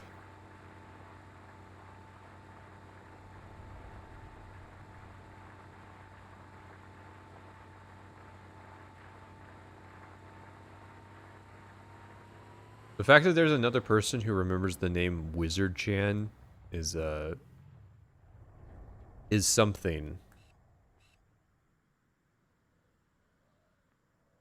Wizard Chan was interesting because nobody ever really gave it its due as like it was the incel forum, but it was the incel forum for like people who were like debilitatingly crippled. So it wasn't like you know, I'm 19 years old and no college girl wants to have sex with me, but like I have glass bones, and if I ever have sex with another human being, I will die. Type incel. But you know, that all got looped together in like the console war. Sorry, not the console war, the culture war. Very similar. Hello?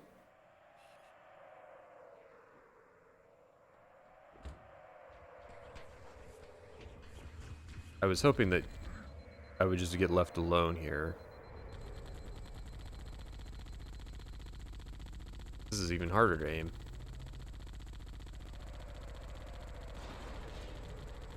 But he fumbled the fuel rod shot, so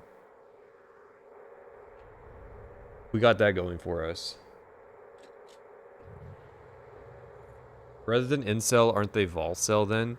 I mean, it's still involuntary. If your body is like broken in such a way that you can't have sex, like you know, Luigi Mangione was an incel in the sense that like his back was broken and like it was extremely painful for him. Not in the I can't pull way, because he could, but you know, he can't.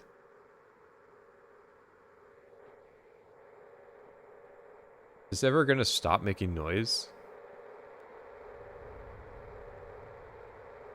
I feel like if I touch this, I will instantly die.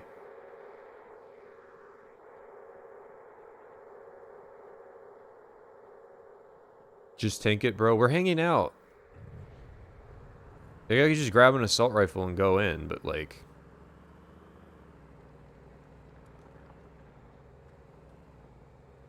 The goal isn't let's beat Halo CE in like speedrun times.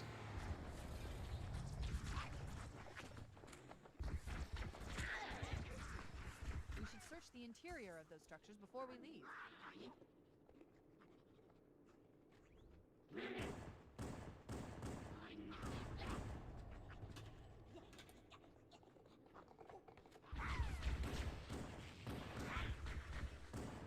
Alright, there's someone on the lower level.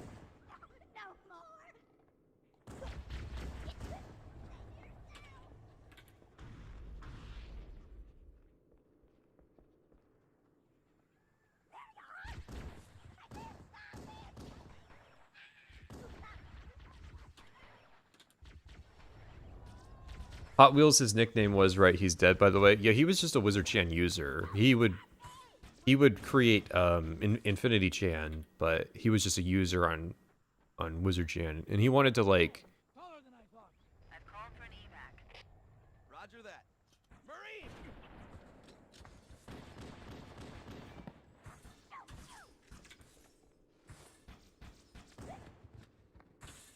I didn't know they would come up here to meet me. But yeah, he's dead, which is not surprising given I forget the name of it, but the condition that he had. We should secure the area before the dropship arrives. We didn't rescue any of the Marines. 100% casualties. Yeah, I don't know if you've noticed a trend, Cortana, but since the Covenant killed everybody at the first one, we've kind of just been not doing well.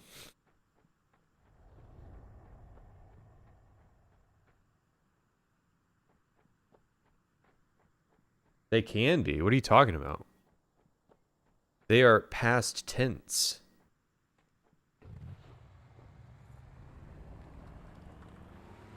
I mean, I'm sure there's still an entity that's around that goes by that name because the site ended up being run by a cockroach, but I would not say active tense that they can be in any way.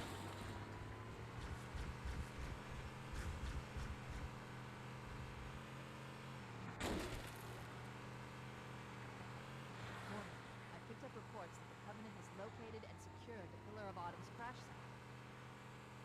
The good news is the captain is still alive.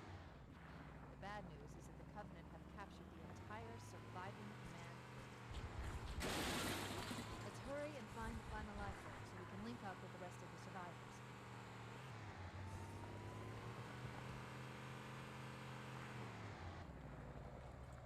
Cortana to Echo 419. Fohammer, relay the evac order. We weren't able to save any Marines from that lifeboat. I feel like that's not triggering correctly, but I don't see these guys. Usually you can see them on the ridge there. So I don't know if they've gone to ground or what.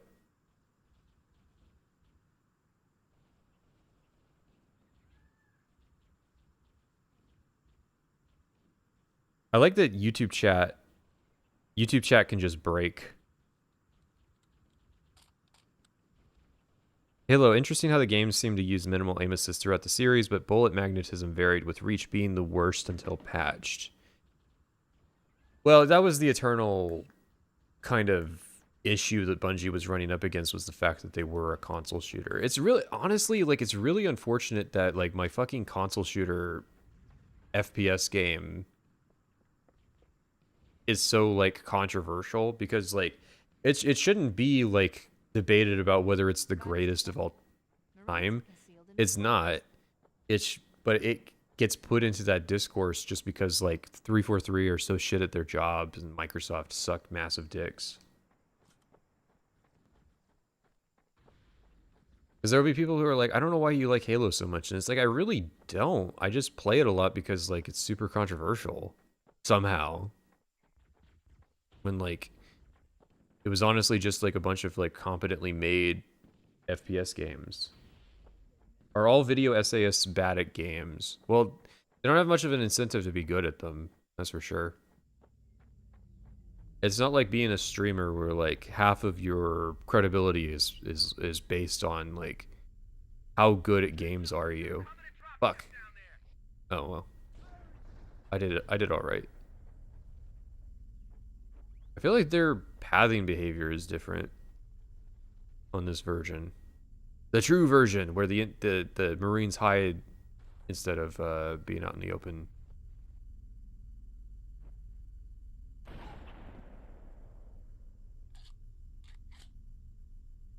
Why stream on Pleb TV? Because these streams are gonna dilute the main channel if I'm doing them every week at the same time.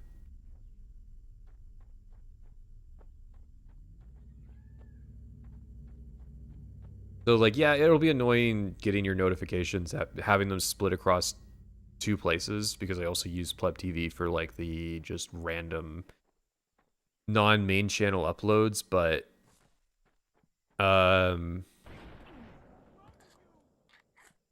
yeah, I don't know the solution to that.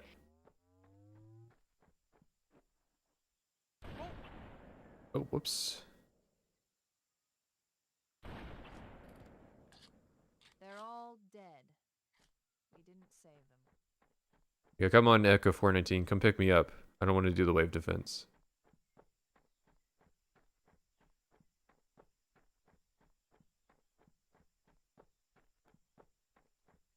Would you ever stream Halo 4? Would I? Yes. I not only have I streamed Halo 4, we did it with like random strangers in co-op. Of course we did. I guess, are you asking would I stream the Halo 4 campaign? Probably not.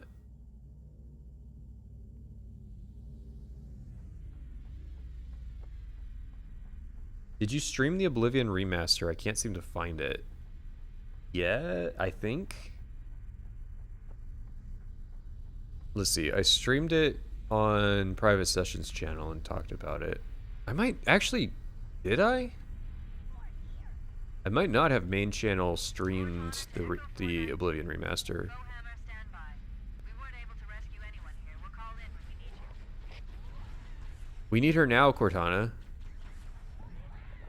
There's no other lifeboats.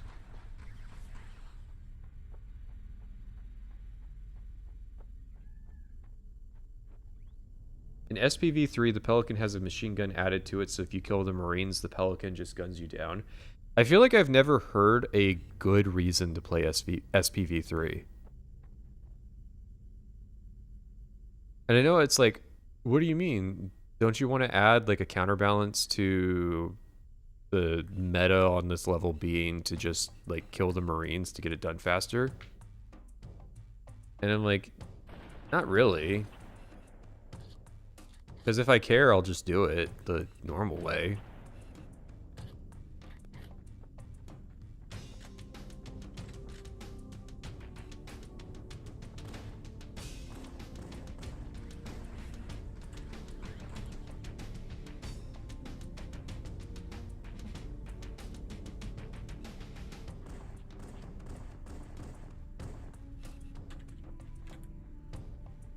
I think a Oblivion remastered stream would be unpleasant to watch because of the really inconsistent frame rate.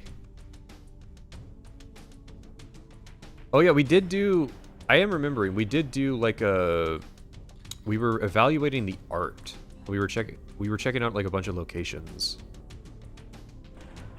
We did do that. Look at that. And you're saying I'm bad at this?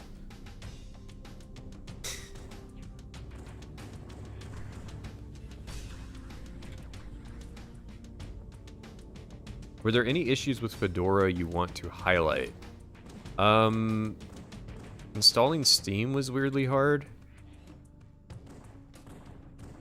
But I think it's mostly just like general Linux things where it's like nothing ever really works out of the box in terms of software. It's always like OBS didn't have browser sources when I installed it. And it's because like, actually, the flat packs that you install need to come from here and not here. And it's like, why are there... I know there's a reason, but like, why? At the same time.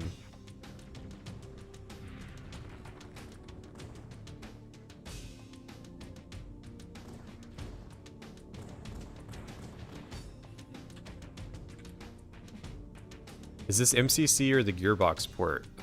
Neither. This is the original Xbox, that's why the gameplay's so ass.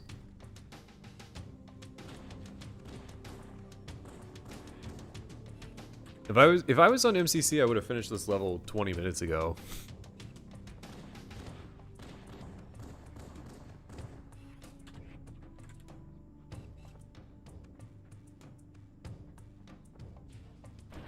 Fuck me.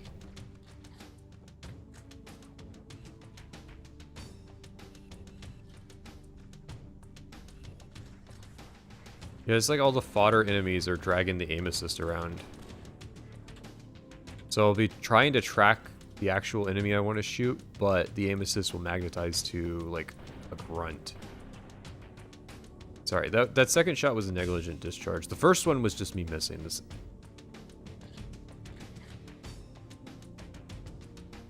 I'll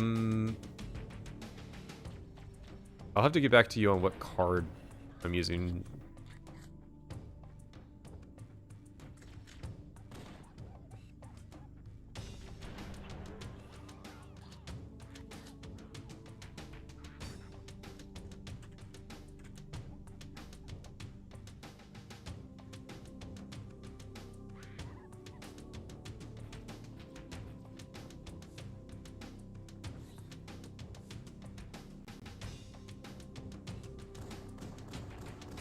SPV3 always struck me as like the Halo equivalent of Brutal Doom.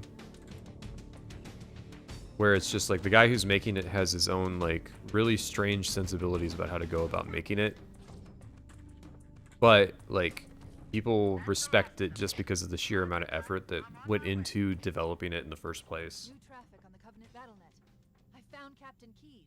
He's being held on a Covenant cruiser. But I've been exposed to like achievement hunter discourse lately. I didn't know the extent to which this was a thing, but Desert plateau, roughly 300 kilometers upspin.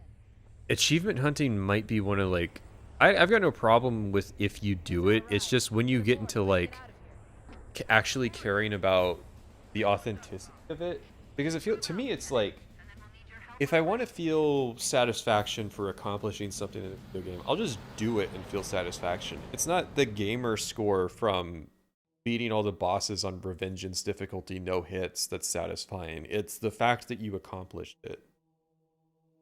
So like there's a weird, because there was that game dev who was like making fun of a guy for complaining that you can cheat and still get achievements in his game, and it's like, yeah, we basically lost cheat codes because there's certain people that are like weirdly convinced that there's an honor to accomplishing things in video games, and there's not. It's trivial to cheat achievements.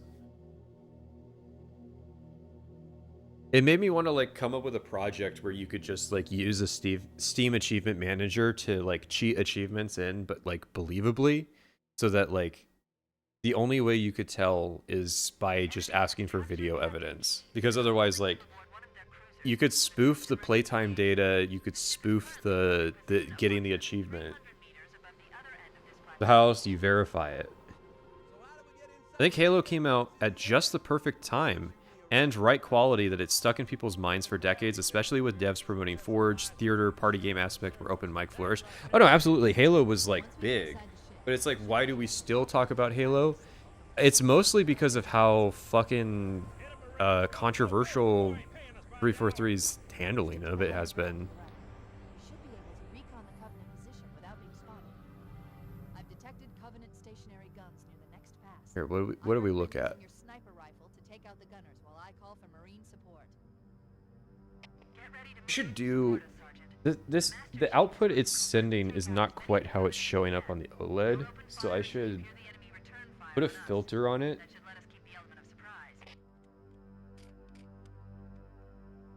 A color correction filter that I think we just turn the gamma down just a smidge. That looks a bit more like how it looks on the TV. It's putting out like a brighter gamma signal.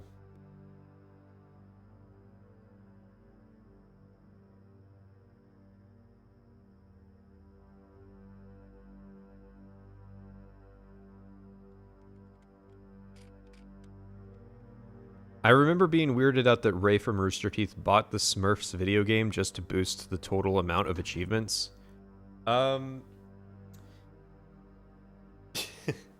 Very niche, but I understand what you mean.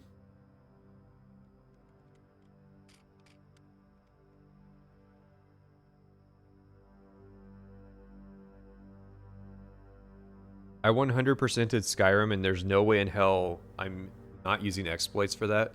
Yeah, the one achievement where it's like, I think you have to hit level 81 or something, that would be like so time consuming to do honorably that like, because again, it's like 150 hours you might be level 60 in that game. So like at some point you should just use like the magic leveling up stuff.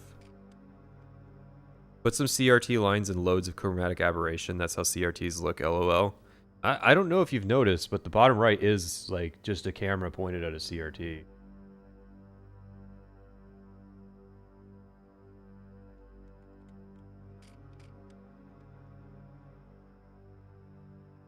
But yeah, I do find it funny when game dev, like indie devs, like overdo the fucking CRT aesthetic, where it's like the scan lines are not that noticeable, guys. I don't know. Maybe what it is like this is an RCA from like 2006, so maybe it's not as noticeable because this CRTU was like one of the last ones to ever get made.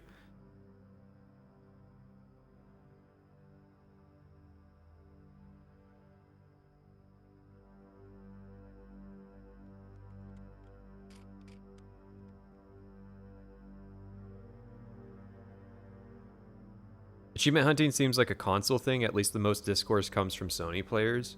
Yeah, so like you don't even have to say that they're subhuman, right? But like it was over like a negative Steam review because you could use cheats to get achievements in a game. And I'm like, I don't know, it feels very justified to like just make fun of somebody for like actually thinking that that's a big enough deal to like leave a negative Steam review.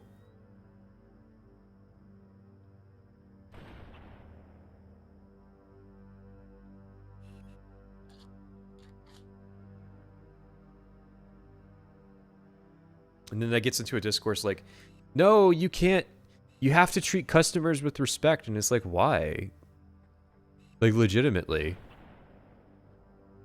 If someone's being like really disrespectful at your business, you're not obligated to be nice to them. It's like, I really can't wait for like that boomer mentality to die of like the customer's always right.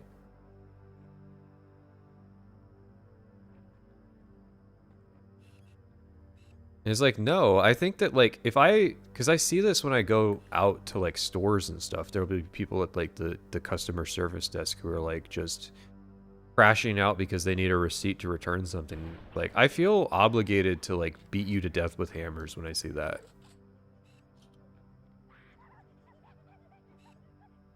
Or like when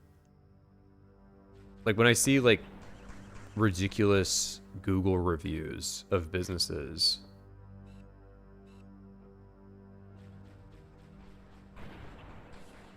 And I can't see a fucking thing when it's shooting at me.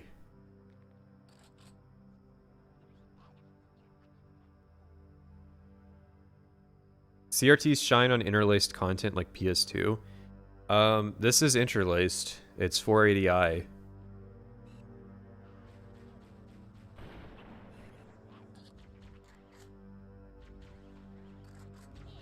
Actually, I can't say that qualitatively. If it came directly from the component on the Xbox, then yes, but because there's a capture card involved and a way to like send it to the TV, it's entirely possible it's not.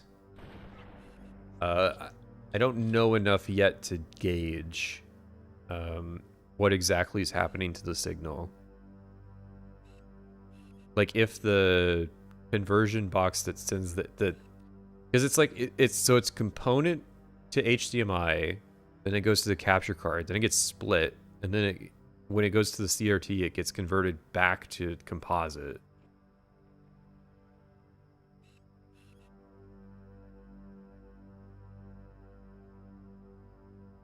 So Helldivers, am I right?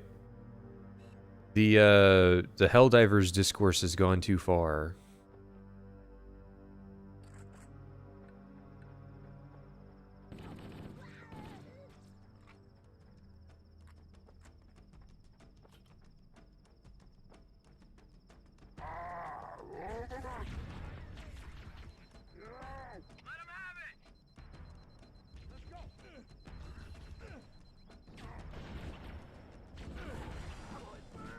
I hit the first shot.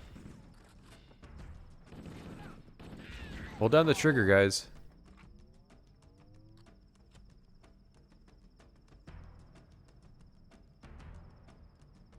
The thing is, so people have been passing around that quote like, it feels like Helldivers is balanced where the bugs spent $40, but like the thing is, that's what you want from a video game. The whole like social contract of a video game is that the game developer is going to create an artificial difficulty for you. And so it's like, if they're making the game more difficult, that's not necessarily against your interests. It's if they're making the game more tedious, that's problematic. But it's like, if your problem is just that like the guns aren't powerful enough to deal with this enemy on difficulty 10, then I'm sorry, but it's like, it's the fact that people choose difficulty 10 that informs where that balance decision comes from.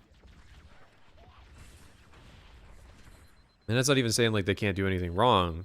I was just saying that like I always have an issue with people who think that like developers can't make a game more difficult with time. They can only make it easier with time, because if they make it harder, then like, well, they're disrespecting the customer or some shit like that. I don't know.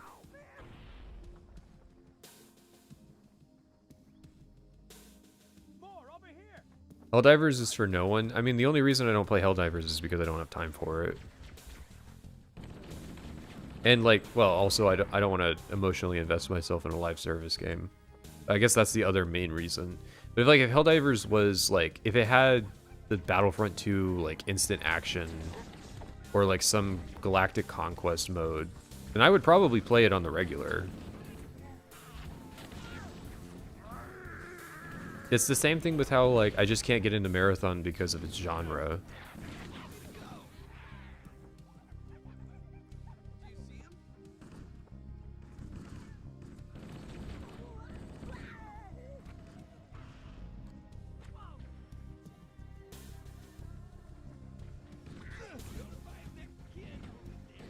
The scan lines are only noticeable when you're recording the screen with a camera.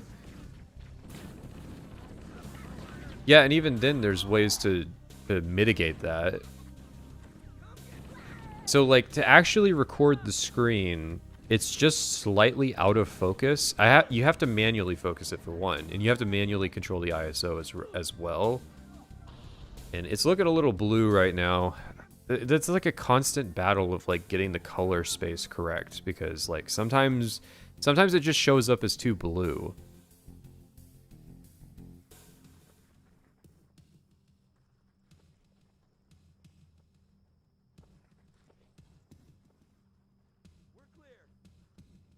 Oh yeah, someone was trying to talk about Anita. I didn't want to put that down. I feel like my biggest beef with her is that she is responsible for the political polarization of gaming discourse even before gamer. Yeah, it's one of those things where people are like, I wish gaming would just go back to before all the political discourse. But you know when they say that, they don't mean I wish gaming would go back to like 2012. They specifically want to go back to an era when she's around and like all the feminist awareness stuff is around, but before the anti-woke stuff became a big thing. That's what they're complaining about. Cortana to Fire Team Charlie. Move up on the left. You should be able to flank the enemy. And so it's like, no, I want a reversion on all of this.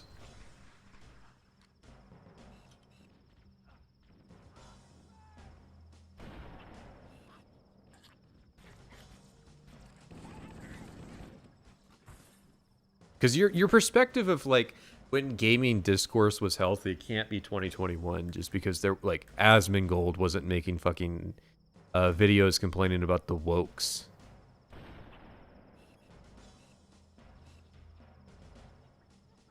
And if it is, it's just like it's not that you want things to not be political, it's that you just want things to be political in a way that you agree with, which is different than what you said you wanted. Covenant dropships are inbound.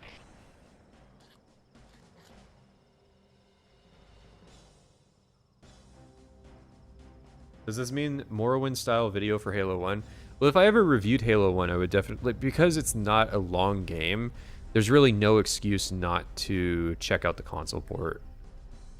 But not the console port, sorry. The original console version. Because it was ported to PC. Because people are like, bro, the skybox in Attack on the Control Room was broken in the Gearbox version. I forget all the reasons why the Gearbox port is considered bad. I was never impressed with that.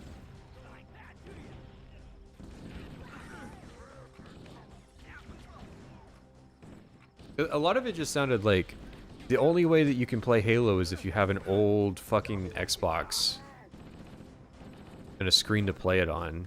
And it's like, sure, but also no.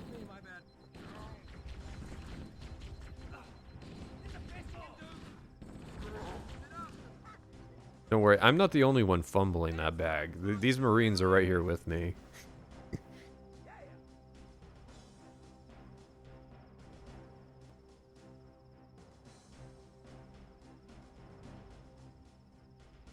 Discourse surrounding Kingdom Come Deliverance 2 is practically the perfect example. Yeah, that's like... Never be centrist. Because like that guy gets in trouble. They get in trouble for, oh, that guy is pro Gamergate, but also there's a gay relationship, optional relationship in the game, so like they can't win at all. I want to go back in time and tell myself not to buy Dragon Age 2 at $10. I want to go back in time to when I didn't have to buy my own Lego sets because they were so much cheaper then.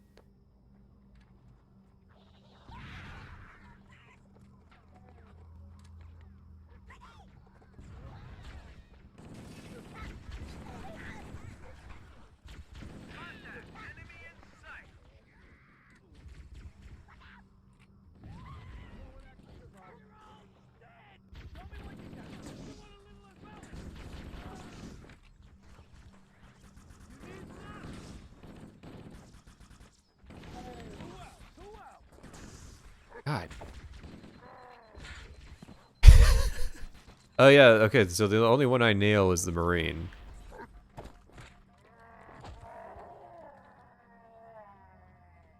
There's still the Red Elite. He's got shields too. But I pulled through.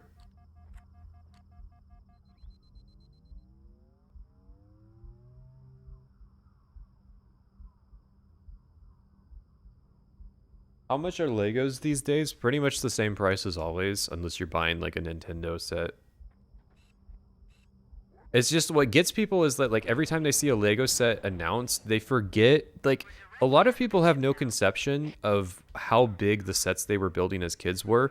Kids, you don't give a 10-year-old a 1,000-piece Lego set. And there's multiple reasons why, from they'll get bored with it. It's not going to be like particularly fun for them to construct in such like micro detail, but also like imagine a 1,000-piece Lego set falling on the floor and having the pieces explode everywhere. Like as a parent having to deal with that. Yeah, it's understandable that you wouldn't, that those are oriented at kids.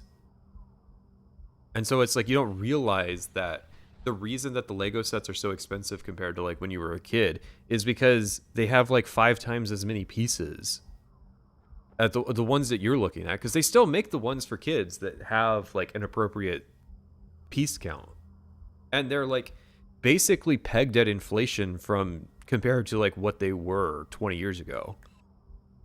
So Legos really haven't gotten more expensive beyond like what the margin that they've always been at. It's just that there are more sets now that have like ridiculously high piece counts.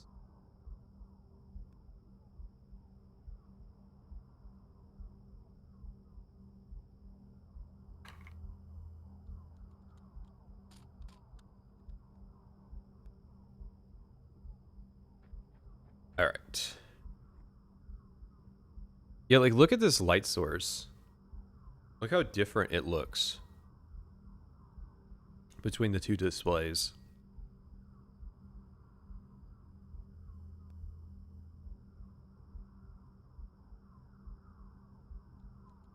Gunpla are still better than Lego. Yeah, but again, like imagine giving that to like a 9-year-old.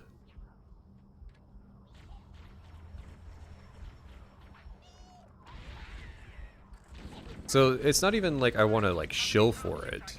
It's a matter of I don't like when people are just like completely disingenuous on a topic where they want to present it like there's this phenomenon that's going on that isn't actually happening because they just aren't cognizant of why it seems that way to them.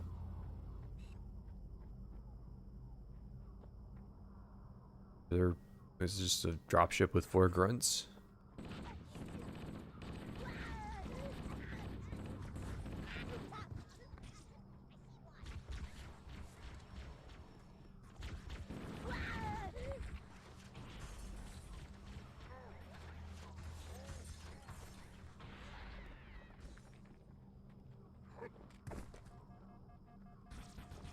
Like the magnetism doesn't help with the melee at all. Alright, this is gonna be a death, I think. First time I've been shot to death. Oh, for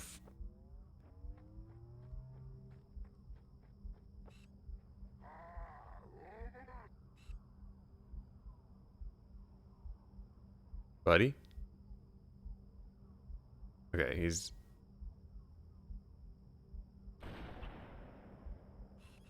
We're directly under the ship now. Is it just me or does the game look better on the TV? That's the point. When you play the game on a screen type that it's designed for, it looks better. Like look how the phosphorescence handles the glow of the blood, for example. It's just like certain micro details with the way that lighting is handled looks a lot cooler on the actual TV.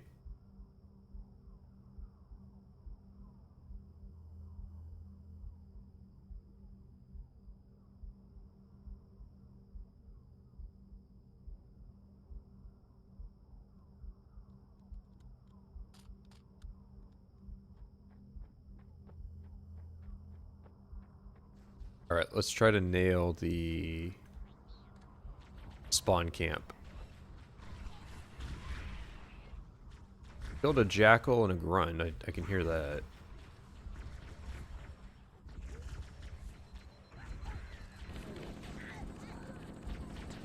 Fuck.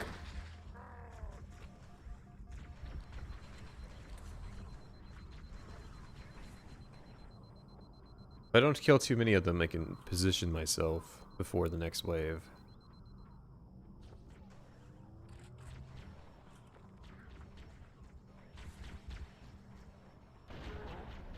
Alert! Covenant dropships are inbound. Oh right, the next wave is a dropship.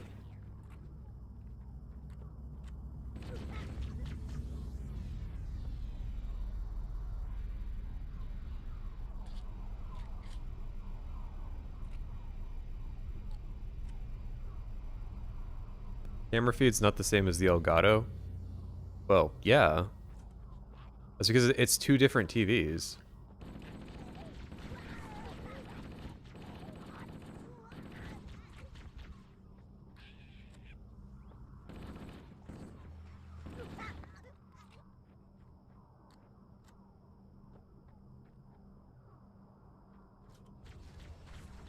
Oh yeah, I completely missed the spawn camp opportunity. You know, Master Chief was locked into killing that grunt.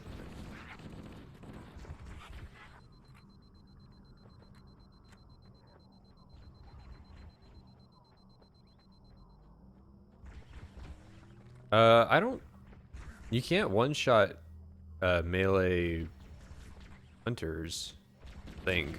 You can one-tap them with the pistol.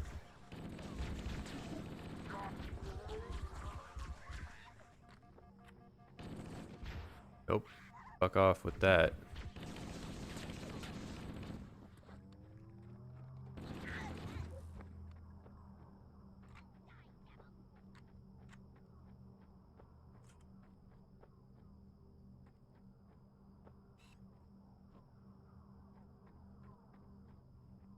Nah, I'm not convinced because I've seen, like, I've inadvertently seen a lot of, like, shader effects.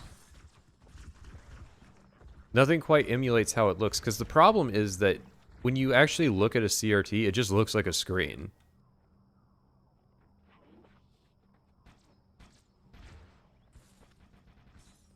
Like, a lot of the artifacting that you associate with a CRT is owed to the way that a camera lens or a camera sensor sees the screen. That's not actually how your eye sees it. Your eye fills in the detail.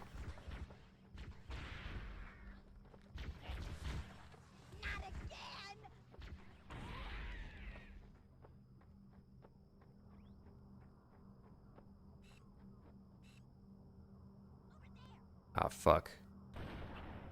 Well, I still pulled it through, so...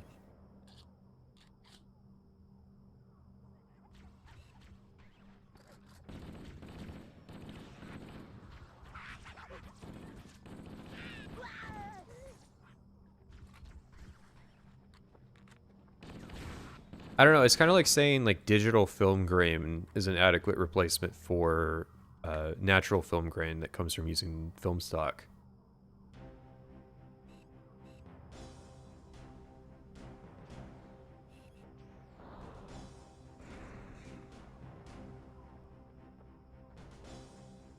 I really, really wish I had a checkpoint right now.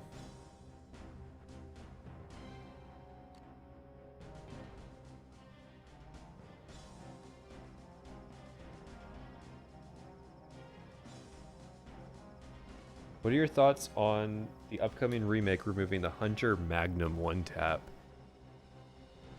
You know, it's one of those things where I get it. If you're like a game designer, you know, you don't want this. The one-tap was always weird to me. Like, yeah, it's part of the soul. It's an essential part of Halo CE, but if you are remaking it, it makes sense to remove to me, but at the same time, it gets into that discourse of like, why the fuck do we even need the remake in the first place? You know, just make a new Halo game where that's not the case, like most of them.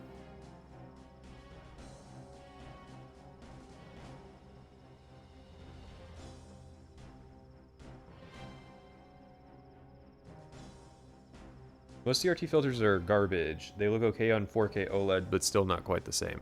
Yeah, because ultimately it's just not something that you can recreate when you're comparing like an analog and a digital signal. There's always going to be like tiny little differences that don't quite make it authentic. And like that's the magic of it. But also the magic of it is like you have this this evil piece of technology that's shooting an electron beam. Like you can't emulate the insane 1950s logic of it. That ascribes it a degree of value. These guys are not gonna make this easy, huh?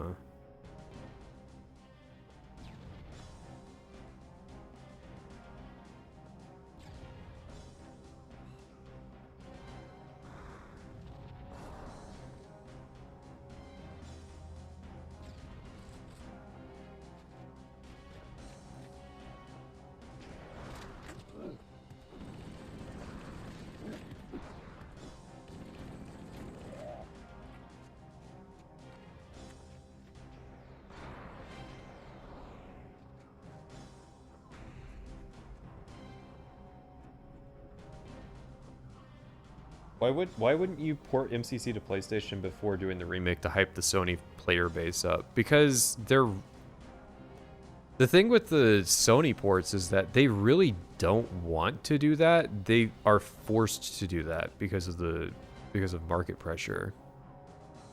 And so they want to be in a situation where like they're hoping that just like the bad times will pass and they can go back to having it be exclusives that they don't release on Sony platforms. And so as a result, you don't see a coherent strategy that is properly utilizing Sony's player base as their new fan base because, again, they really don't want that to be the case.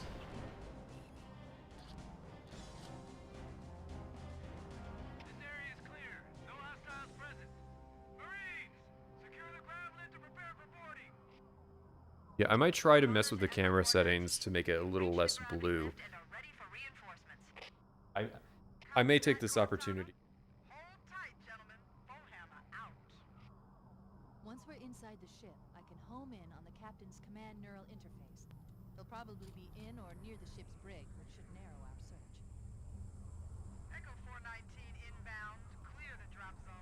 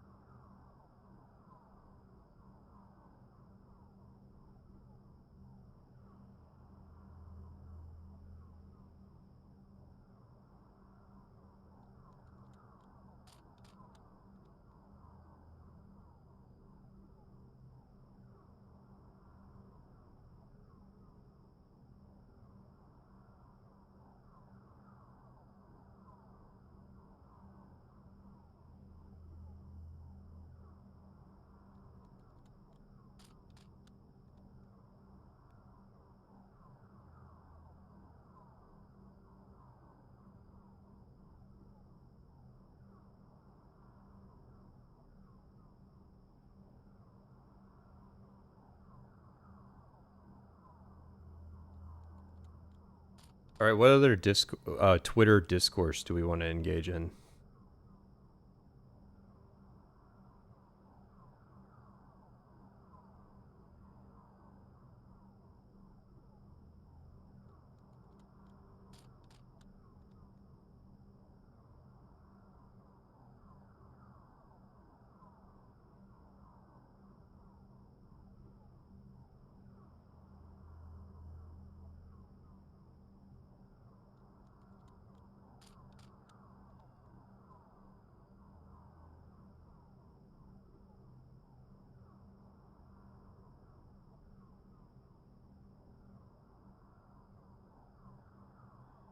Who hurt whoever fucking made this text message application on Android?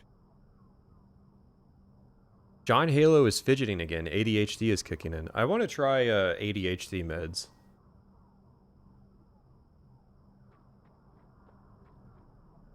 Wow, he's taller than I thought. And better looking, too.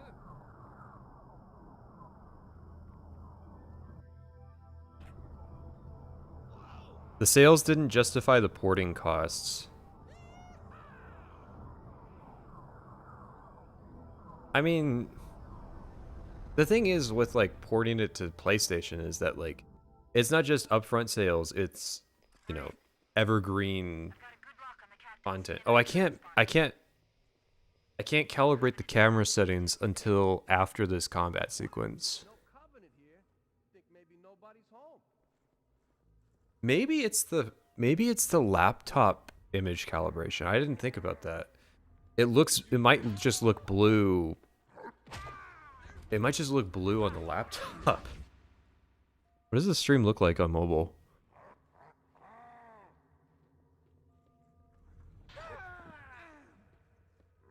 Oh no, that looks really good. So it's just the laptop screen sucks.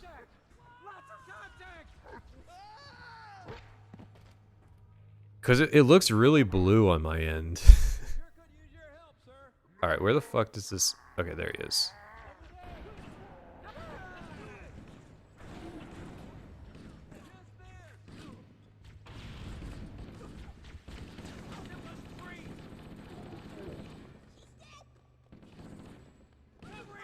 Alright, I want to stand over, but... Fuck! Missed my shot.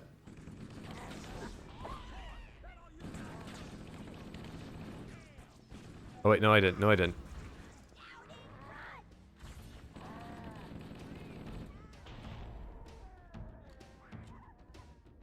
Unfortunately, changing the physical hardware of the OG Xbox does not change the performance of OG Xbox games, because they're hard-coded to use a certain amount of, like, of the CPU or the RAM or what have you. So, like, even though you can quadruple the RAM, and, like, you can put in, like, a gigahertz processor, but...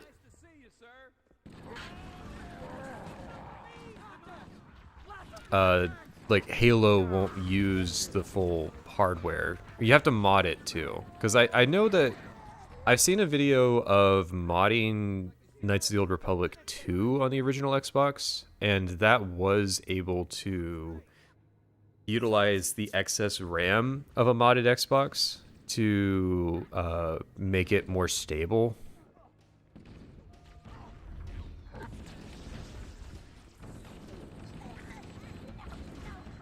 Yeah, the thought didn't occur to me because it just looks so blue on the preview. But then I looked at it like on my phone and it was like, oh no, that's calibrated perfectly to what it looks like.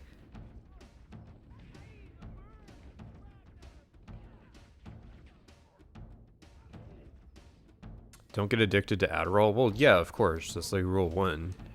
It's like the same thing when I eventually try Coke. Like, yeah, obviously don't get addicted to cocaine.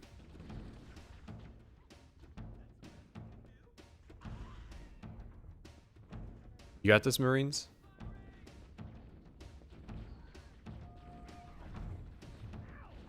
The Master Chief is out of bounds.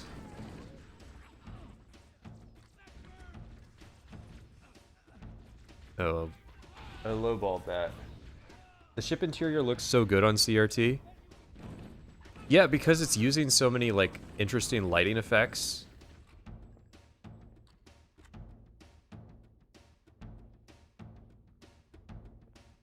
Again, it looks very, very future.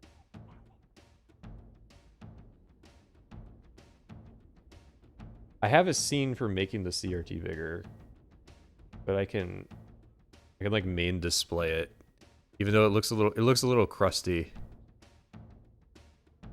But like, compare the lighting on the assault rifle to how it looks in game. Like, it looks all right in the game on like the digital display, but like it blends together really well on the CRT.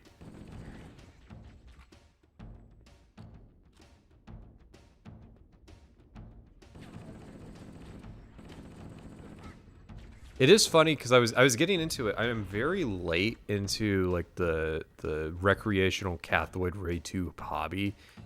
So like people are complaining that like it's gotten more expensive than it used to be, and it's like, yeah, because you used to like rip people off and like steal grandma's CRT for like $20, and now people actually charge like, you know, 100 or 200 for these screens that are of limited supply.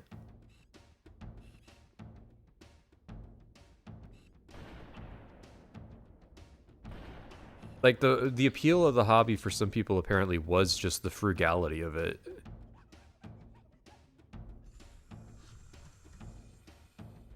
CE has the best visual language of the franchise. I would contest that ODST is up there, but I can certainly see it. I think it's just like they had so long that they worked on different aesthetics for this game that they kind of were able to rest on a particular approach.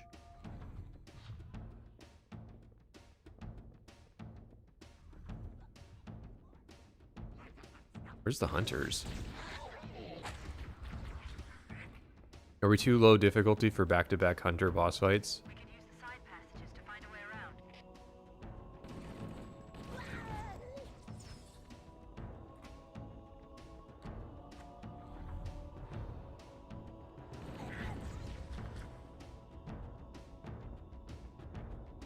My only thing, so right now, my only issue with the setup is the moire pattern, where you see like the weird kind of bands. That's a fragment of the way that it's being recorded. That's not actually how it looks. Unfortunately, that's really, really hard to fix in a like live recording format. I'm gonna try to get like some diffusion filters so that like the issue is that because it's a 4K camera, it's too high. The recording is too high resolution, and it results in that like pattern banding. If you soften the image, you're able to reduce the severity of it, but there's not really like a built-in way to OBS to reduce the image, and I'm limited based on the plugins I have access to on Linux. So the best way I think you could fix it is by softening the image that the camera is recording. But the way that I would have to go about doing that is by messing with the lens. And I didn't have time to do that before this stream. ODST cops out by having the visor's night vision. Yeah, but if you don't use the visor night vision, it actually look like ODST looks amazing on the OLED. I'm not kidding.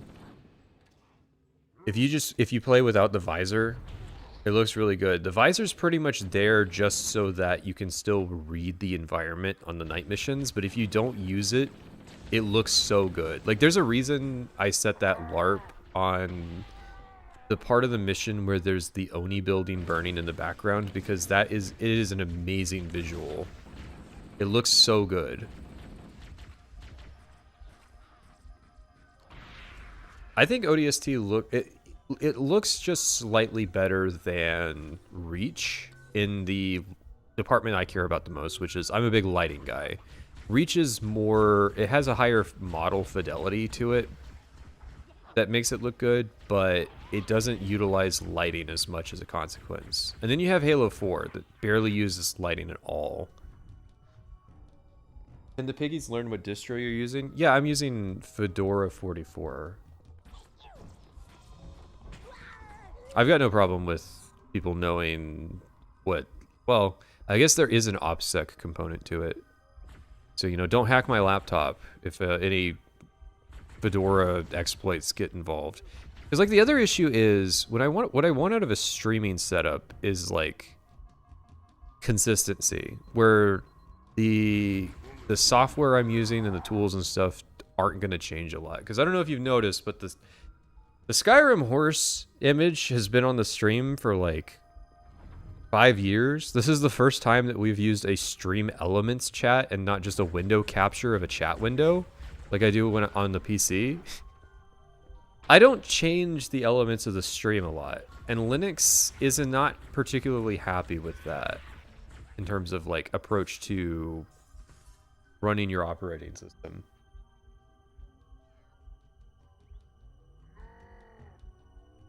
Fedora, the Linus distro. Actually, I just saw a video about that, and he was not using Fedora. He was trying to use like Pop OS and like Ubuntu with KDE. I've had a few forays into Linux in the past. This is not my first time using the OS. I had it dual booted on my PC at one point, and it was just that like the main reason I didn't swap sooner was like back in the day, a few years ago, I used mainly Premiere Pro as my video editing suite, which is not really compatible with Linux. It might be like, I'm sure someone's figured out how to get it to work in Wine or Proton or what have you, but to me, the appeal of Windows was that all of that stuff could work out of the box. And the reason that I used Premiere Pro is that it was industry standards, so the skill set would be transferable if I like wasn't successful as a YouTuber. And then like eventually I got out of the Adobe ecosystem and switched to Resolve. Resolve is Linux compatible, but for the simplicity of like having the most compatibility, because like there's a professional component to it and like livelihood aspect, it's a lot easier to just use like Windows 10. But then like Windows 11 is so dog shit that like that's no longer like even really the case. But I think the likely thing is like if I was actually forced to leave the Windows ecosystem, it would probably be dual booting like Mac OS and Linux. I probably will never make like a full dedicated swap to everything Linux because of that compatibility restraint that I have. But it is a weird thing because I was talking about in regards to laptop shopping how like MacBooks are now like competitive again for the prosumer market. It used to be that like MacBooks were just like overly expensive and not really like, I never considered a MacBook like a serious option for the type of workflow that I have, just because, you know, it's that walled garden effect that they have. It's just not really what I want to opt for. But the MacBook Neo, because they haven't fucked it to death with AI, the MacBook Neo is like actually a competitive laptop in 2026 compared to similar price point Windows laptops, which is just a damn shame. But that's like, again, it's not that MacBook became competitive, it's that they didn't change when everybody started gunning for AI functionality.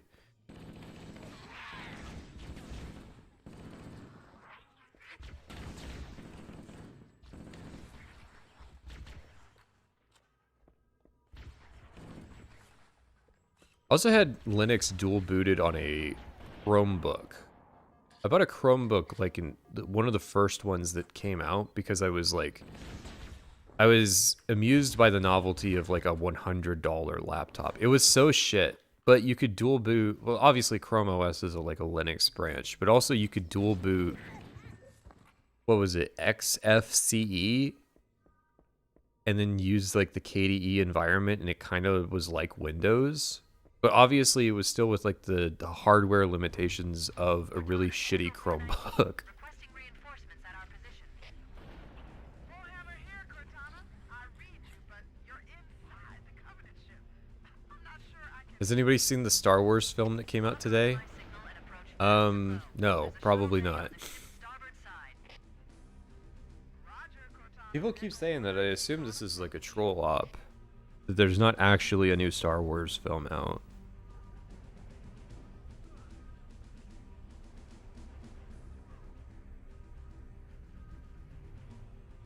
Sorry, I saw that I was fighting on the stream on my phone, and I thought that I was under attack in the game. Fuck.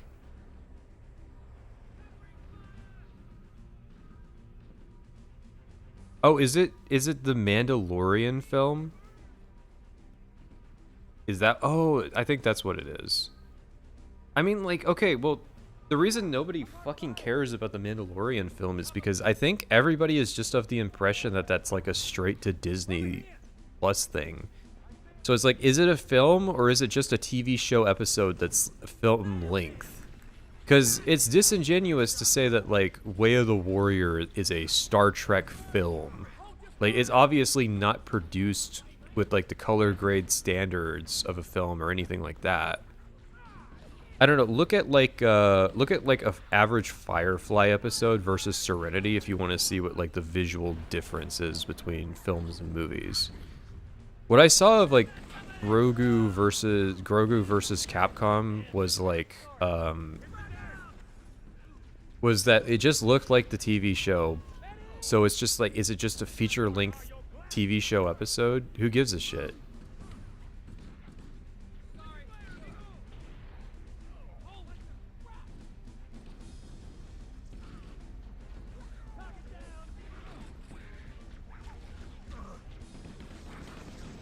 Pat, are you gonna stop playing Halo Combat Evolved on the Xbox to go watch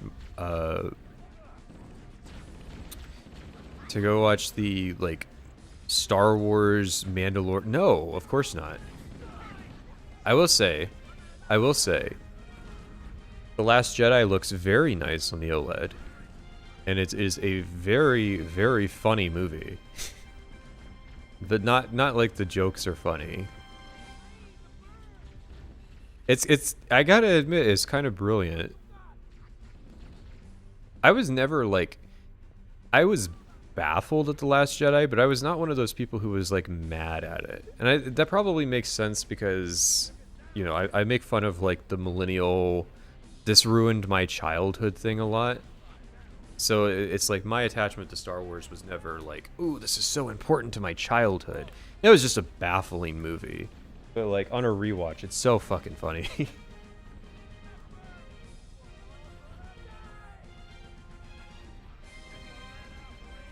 Do people still play Halo on X-Link Kai? I think the program to play multiplayer Halo is called Insignia.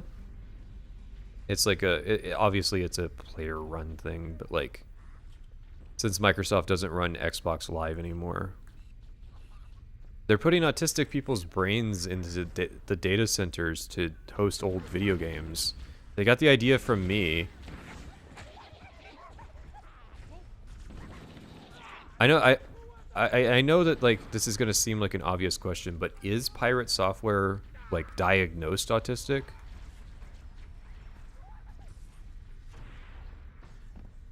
Man, I feel like the Marines can't fight for shit in this version of the game.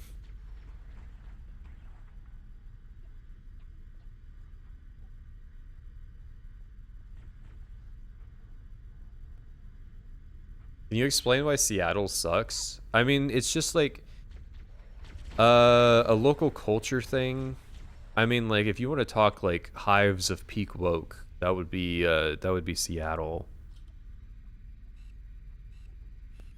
But, like, it's not a very nice city to navigate, and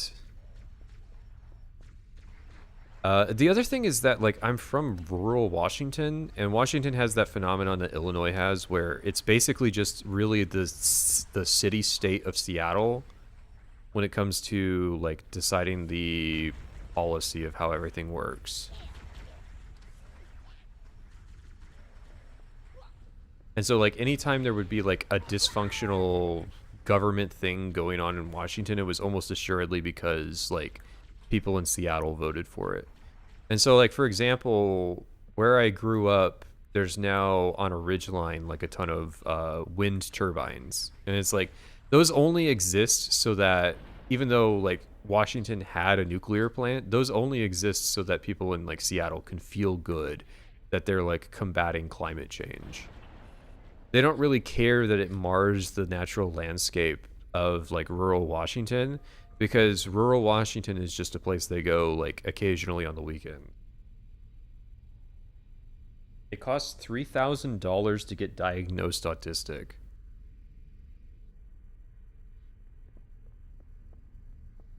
Really? That's crazy. But I think Pirate Software can afford that.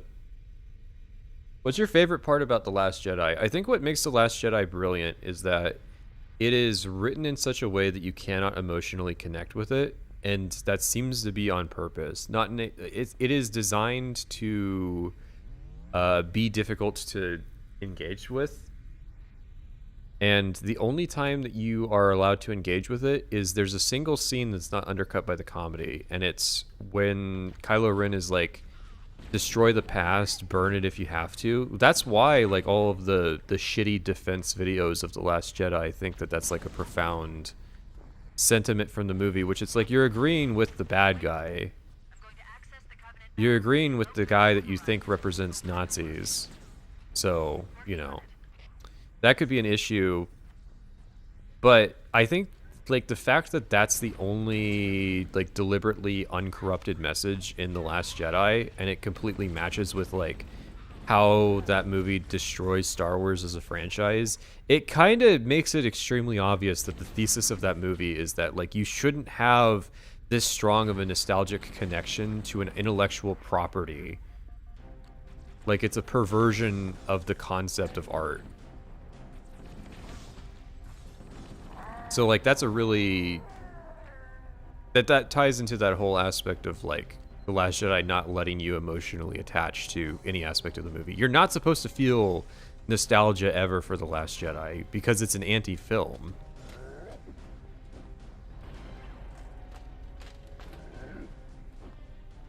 God, the auto tracking can't keep up. As soon as he does that, it goes all over the place. Okay.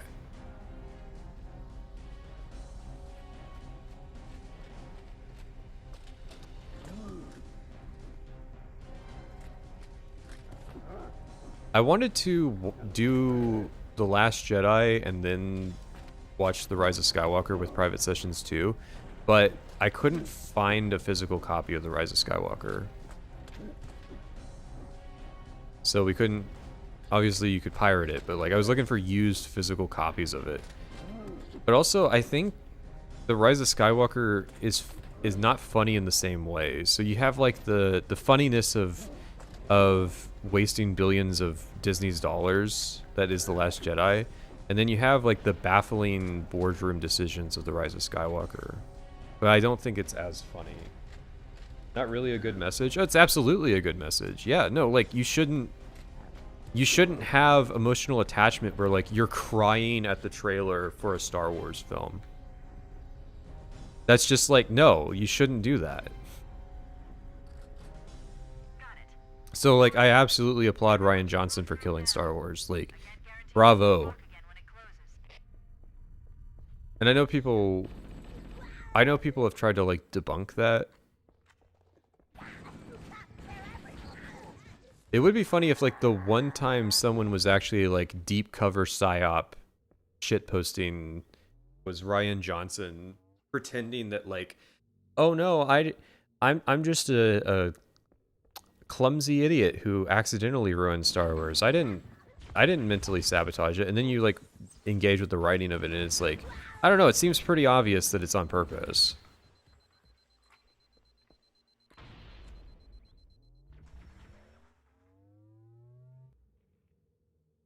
All his movies are like that too. Yeah, but the difference is that, again, the one message that you're allowed to engage with in The Last Jedi is that you shouldn't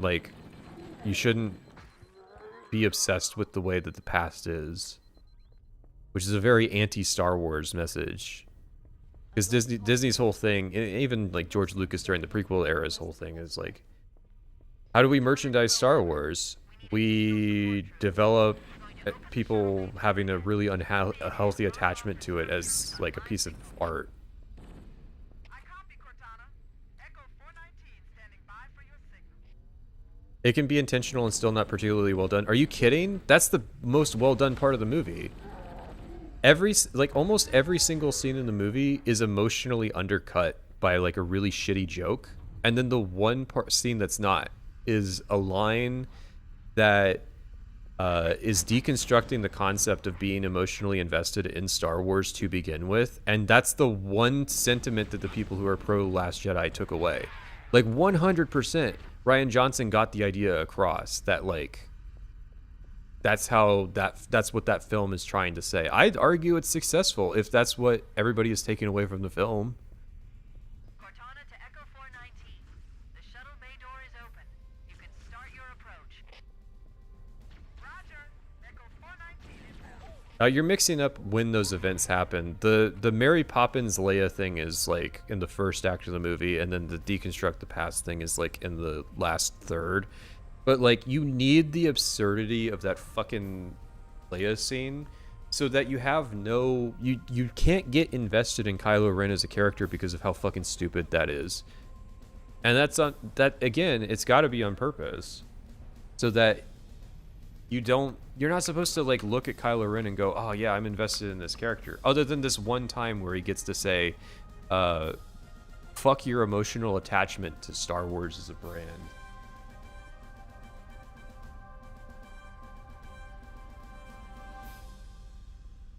I mean, we could use Mac to stream Halo. I think that's has an irony factor.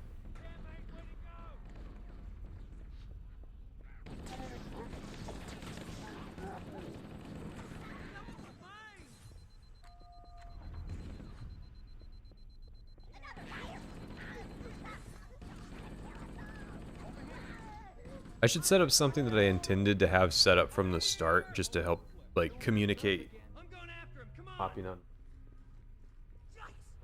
That's what I'm talking about.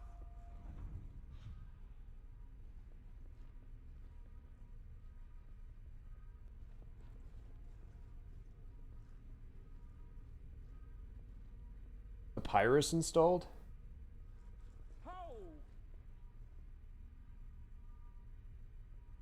I don't think so.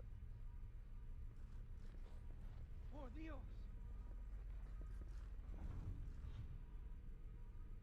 Sorry, I meant to have this from the start. What the?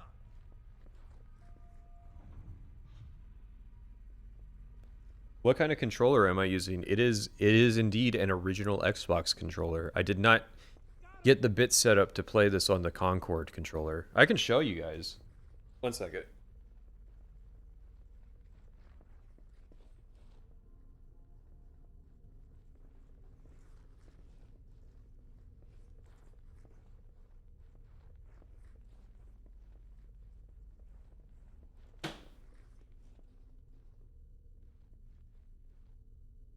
I've got no clue if the lighting even really permits to see the detail on the Concord controller.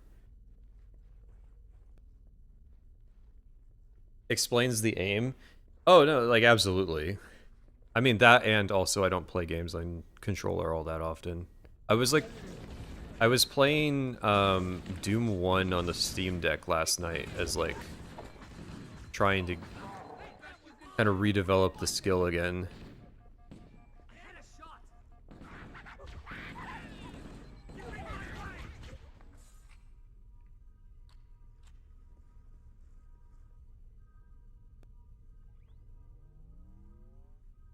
And even if Rey is like the Exile, well, she's not. Again, you're not supposed to like... There's no serious moment for Rey in The Last Jedi. Like, he really leaned into the absurdity of that character. Again, to like just kind of leave Star Wars in a bad state. Because obviously film 2 is when you're supposed to like develop this character up, and then he just doesn't.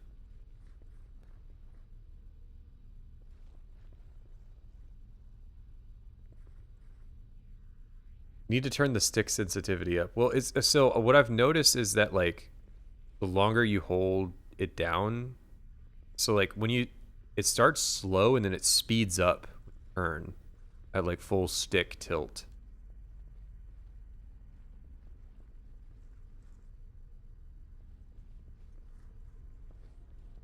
If the point of the movie is that you should not be emotionally attached to Star Wars, then why is this delivered by the Nazi antagonist? Because there's not really any other character that can deliver it, right? Kylo Ren is the MC kind of outsider perspective. Rey's entire story is that she's like emotionally obsessed with the concept of Star Wars. Like, oh, you're the Han Solo, you're the Luke Skywalker, you're the Chewbacca. Like, you know, she's a stand-in for the audience and their obsession with Star Wars, whereas like Kylo Ren is disenfranchised from that. So like that's who has to give the message. Also, it's just really fucking funny to get a bunch of like left-wing people to quote the Nazi guy. There's an appreciable irony in your hero being this genocidal maniac. It works for Paul Atreides, doesn't it?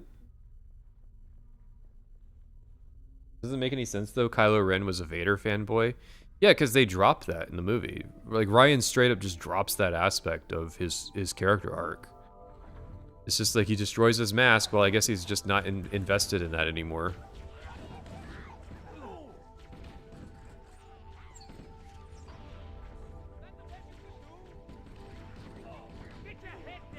Again, your problem is probably that you're thinking it's a Star Wars movie, and not that it is a film about how absurd having 8 Star Wars movies is.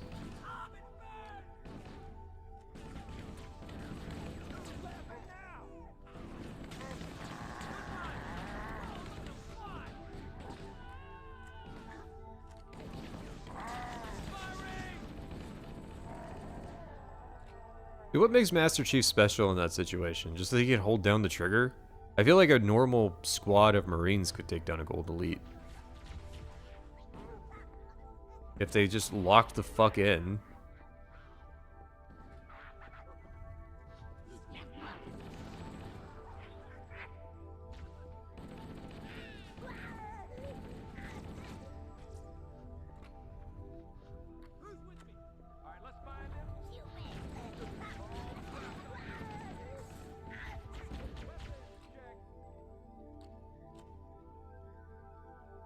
Not so much 8 Star Wars movies as 8 Skywalker movies. Oh yeah, that's true. There were 9 Star Wars movies at that point.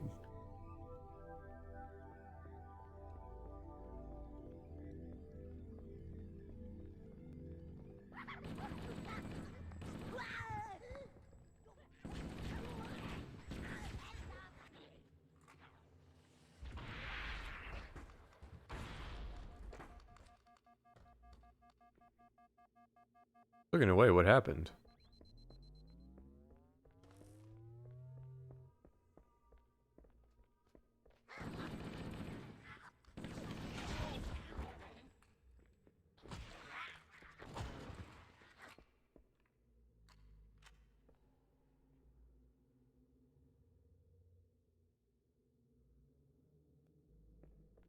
Ewok erasure. We don't acknowledge the Ewoks. I'm sorry, Return of the Jedi is really just a TV episode. Like, it's not... It's only like 45 minutes long. I don't know where you guys are hallucinating there being, like, furry animals.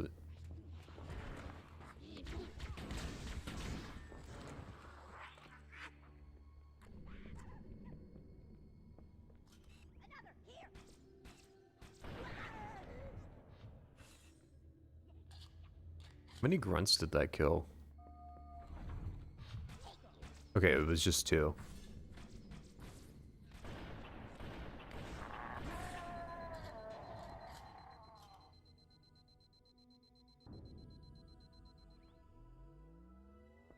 Star Wars Holiday Special Erasure. You don't even have to erase that. It's not a movie.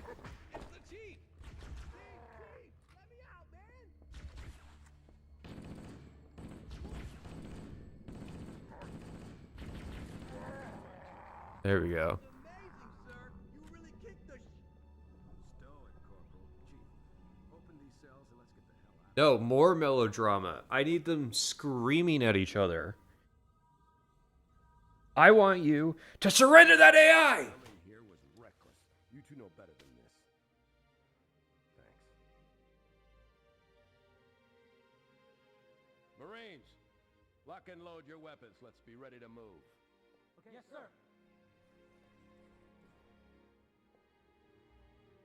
While the Covenant had us locked up in here, I overheard the guards talking about this ring world. They call it Halo. One moment, sir. Accessing the Covenant BattleNet. According to the data in their networks, the ring has some kind of deep religious significance. If I'm analyzing this correctly, they believe that Halo is some kind of weapon, one with vast, unimaginable power. That's true. The Covenant kept saying that whoever controls Halo controls the fate of the universe. Now I see. I have intercepted a number of messages about a Covenant search team scouting for a control room. I thought they were looking for the bridge of a cruiser that I damaged during the battle above the ring. But they must be looking for Halo. Has anybody in the chat noticed? That's bad news. If Halo is a weapon, and the Covenant gave The aspect ratio that's being captured is messed up. the entire human race. Chief, Cortana, I have a new mission for you. We need to beat the Covenant to Halo's control room. Marines, let's move. Yes, sir. Okay, sir. Notice that. I hope it doesn't bother anybody.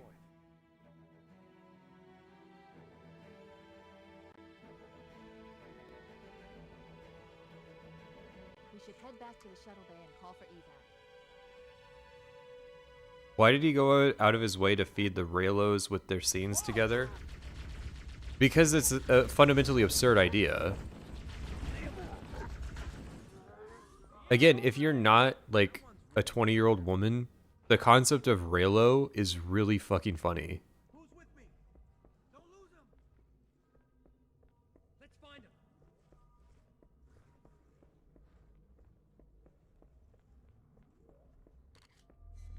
Can't hide from me. I see him.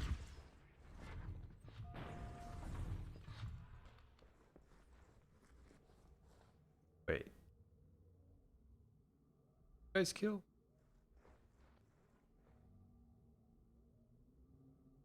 It's the aspect ratio is like messed up. It's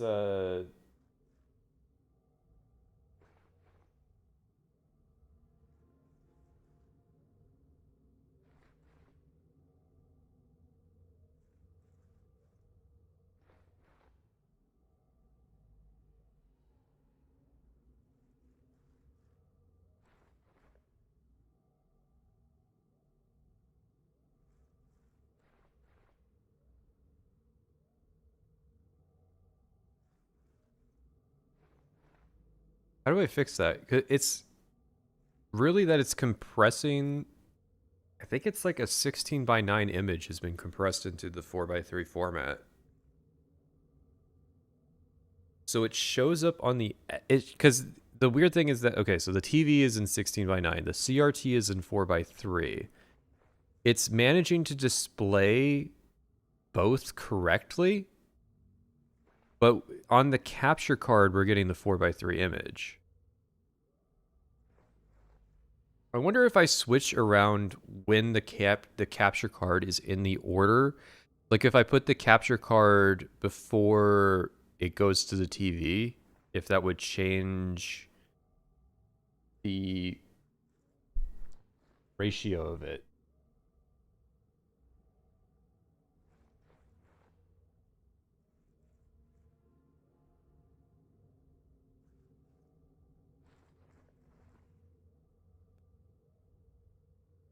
Like if I do this,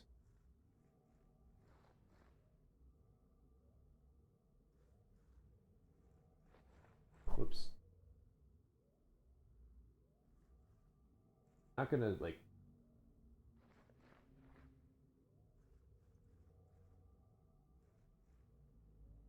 We broke the linear scale of it. That is approximate.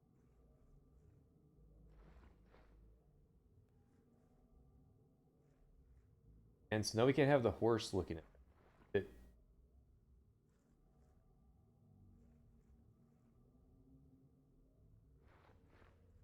This. There we go. You can see more of the horse now.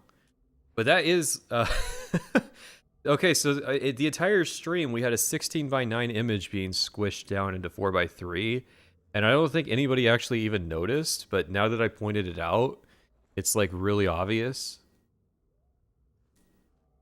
Man, I'm looking at like the needler.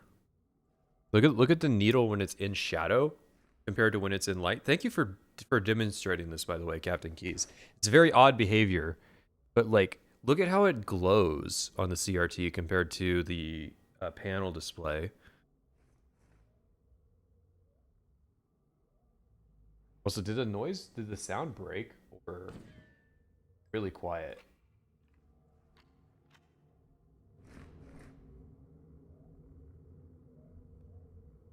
You know Windows port of Halo 1 exists, right? Yeah, but we're playing it on the Xbox.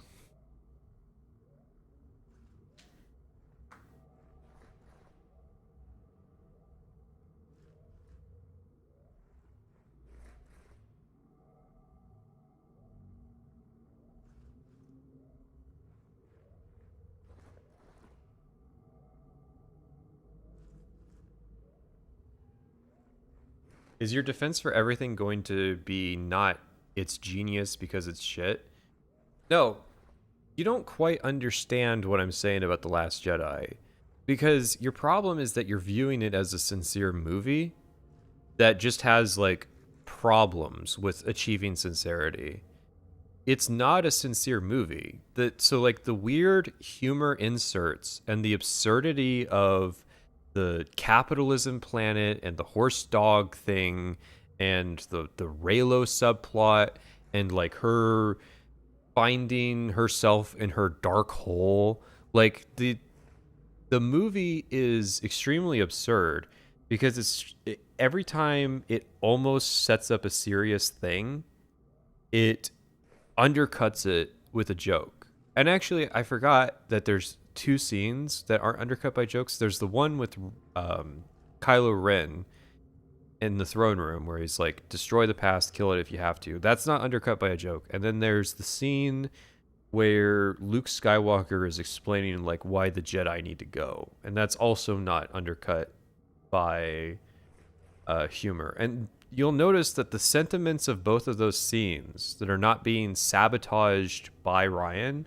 the sentiments of both of those scenes is pointing out the like absurdity of the cyclical nature of Star Wars and like how everything is being retread again for no reason because like the Force is just this temperamental bitch.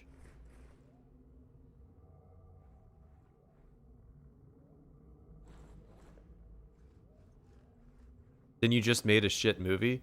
Yeah, but again, the point is to make a shit movie, it's an anti-film. It's kind of like Matrix Resurrections, right? If you go into that fourth Matrix film thinking that it's going to be a good movie, it's not. That movie was expressly made to be bad because the person who made it thought that it was stupid that they were making a fourth Matrix movie. It's stupid that they made 3. Matrix should have been one film. It got turned into a trilogy, and then someone like was like, we need to reboot it. And the original creator was like, no, you don't. So they sabotaged the film and made it really bad so that there was no chance that it would ever get a sequel and they wouldn't be asked to do it again. I'm gonna die. Man, that was non-performant.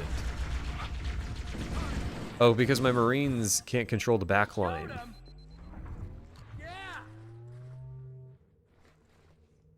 Again, your issue is that you're viewing it with sincerity when the person that you are like analyzing isn't being sincere with the art they're creating, because they have purposes beyond, like, when you engage with a film, you go in with the expectation that they want you to be attached to it. Nobody ever watches a film and goes, oh yes, this is designed for me to not enjoy it. And so, like, that's why you're critically unprepared to engage with it. I'm not saying it's a... Well, no, actually, I am saying it's a good thing. Because I hate the millennial obsession with, like, endless franchising. So it's like, at some level, I have to respect the goal of sabotaging Star Wars. Because I don't think they should have made The Force Awakens. So I'm not disappointed that The Last Jedi is, like, a purposefully bad movie to kill the trilogy. Because, like, it was already a bad trilogy. It was already a bad trilogy. I didn't know these things could fly. That'll teach them. Yeah, but the difference is that Knights of the Old Republic 2 is sincerely... It is sincere in its attempt to recontextualize Star Wars. The Last Jedi is a purposely disingenuous movie. That doesn't make it good. That's not me saying that, like, you should innately enjoy it. If you have an ironic sense of humor, The Last Jedi is a very fucking funny movie to watch. Because it's just really funny to watch, like, all the Reylo scenes.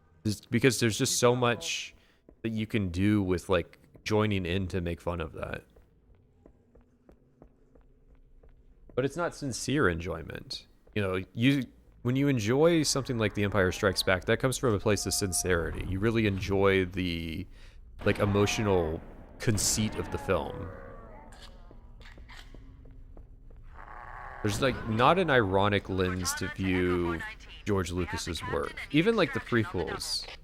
It's like, no, those are just kind of shit. I've been engaged by Covenant air patrols, and I'm having a tough time shaking them. You'll be better off finding your own ride. Sorry. Does that make you a bad director? Not if you're, like, again, not if your goal is to sabotage the film. If the goal is to sabotage the film and Star Wars as a franchise, then that makes Rian Johnson probably the best film director that ever made a Star Wars film. Just because he was the most successful in accomplishing his vision. It's just that you don't understand that his vision is insincere. Yes, Captain. There's a Covenant dropship still docked. No, the film would be bad if they didn't have the kill the past thing in the film. Because the whole point of the film... Oh, right. Escort quest. No. Without the captain, Covenant. Sorry, I was so engrossed in explaining The Last Jedi's ironic attributes that I didn't play this to the meta. Where you, like, skip past everything and go to the end of the level.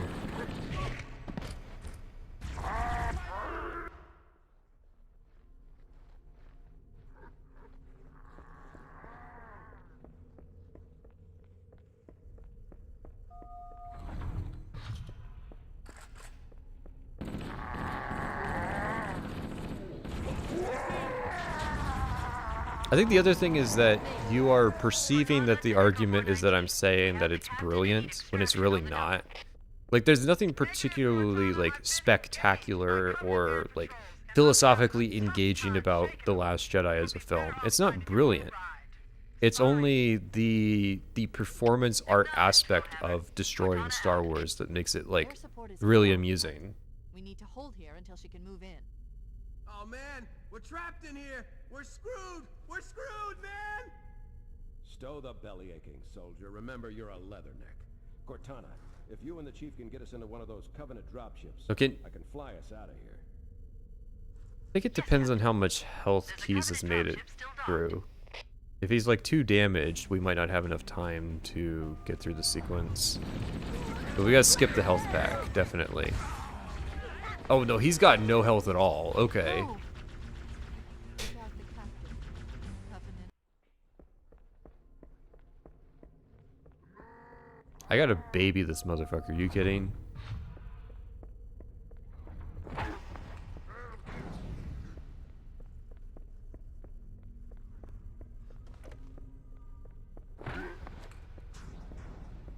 We made it. Cortana to Echo 419.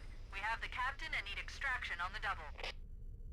Negative, Cortana. I've been engaged by Covenant. Well, the air problem with patrols viewing and it as an I'm having a ironic tough film is time that shaking 'em. it's not like a satire or a parody. So it's not, it's like Robot Chicken is what you get when you want to have an ironic appreciation of Star Wars, where the underlying thing is still like it's a sincerity. Those guys are still fans of it. We're screwed! We're screwed, man! Stow the belly aching, soldier. Remember, you're a I wish someone did the same thing as The Last Jedi, but for the Marvel series. In before, like, oh no, Miss Marvel is it? Because nobody, I don't think there's been a Marvel movie that's actually like anti-sequel,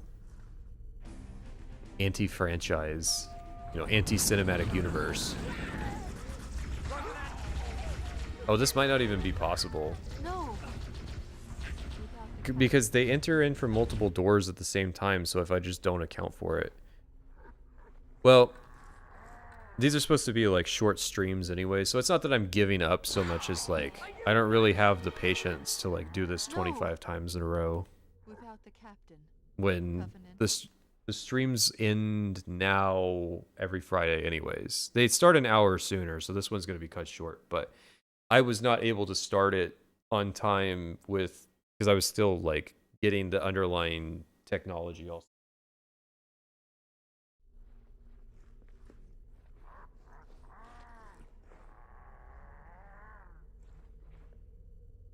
Why is he screaming?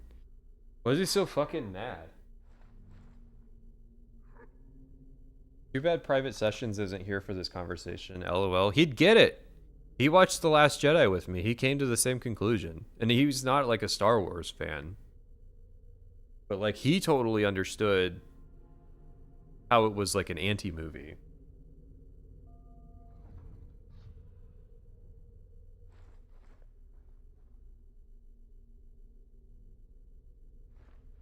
Is it the Miss Marvel review? Because again, that's just a shitty movie.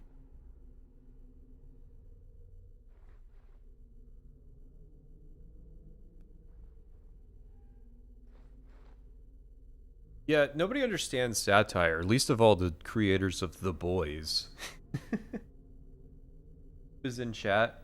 Was he? I know that his he's having issues with his PC build. Which is fine because I don't have Discord set up on here anyways.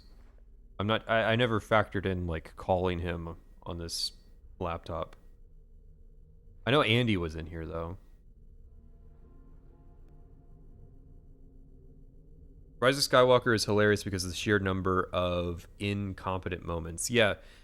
I remember all of the rumors of like different test screenings they did where they would just like they would screen one version of the film to a test audience that was like, and then Chewbacca actually dies in this scene, and then they would test screen a different version of the film where he didn't die in that scene.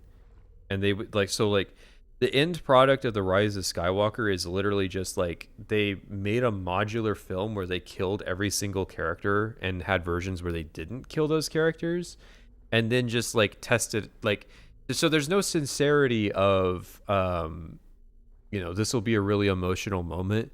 They just kind of roll the dice every time, and then like if the test audiences didn't like it, they would just go with it, which is why you have that scene of like where Chewbacca very obviously fucking dies and then isn't dead later in the movie, because I guess they didn't have an alternate version where Rey doesn't shoot down the ship that Chewbacca's in with her Force lightning powers.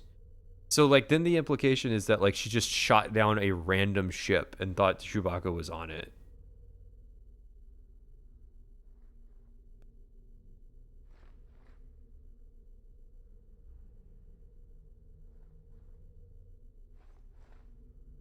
I love the lack of audio. Keys?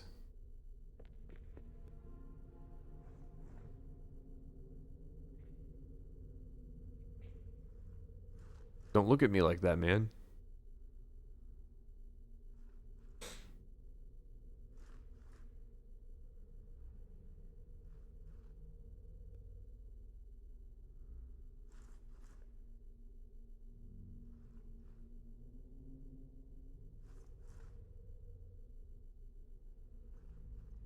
I don't even agree that like The Boys doesn't have a banger first season. It has like a really competent first 3 episodes where it's like this story arc about like falling into revenge. And then I think it just is kind of not really that interesting for the rest of the first season. And then I know, like, because like lately people are like trying to diagnose like where did The Boys go wrong, and it's like, bro, it had a really shitty second season. I don't know where this idea was that like it only got bad in season 4 or it only got bad in season 5. But like, I see clips from season 5, and I'm just like, what are you even? What are you even doing?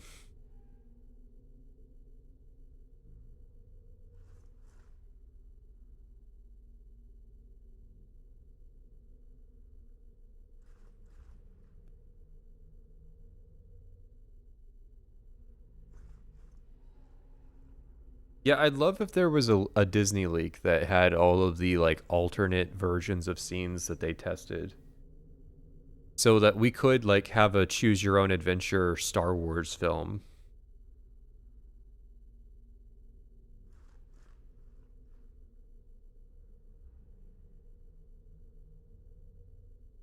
You hate the Eternal sequels for being too millennial, but I hate the lack of sincerity for being too millennial.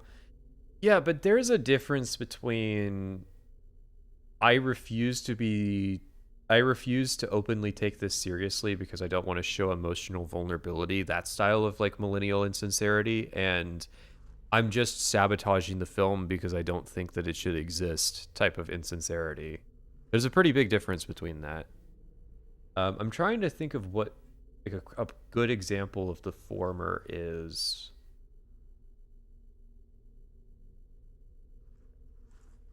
Because obviously I would compare the latter to like, again, Matrix Resurrections. So like, what would be the former? Just, I don't know. I'd have to get back to you on that. I don't have the film vocabulary to off the top of my dome cite a purposefully insincere movie, but like insincere just because it doesn't want to be emotionally open.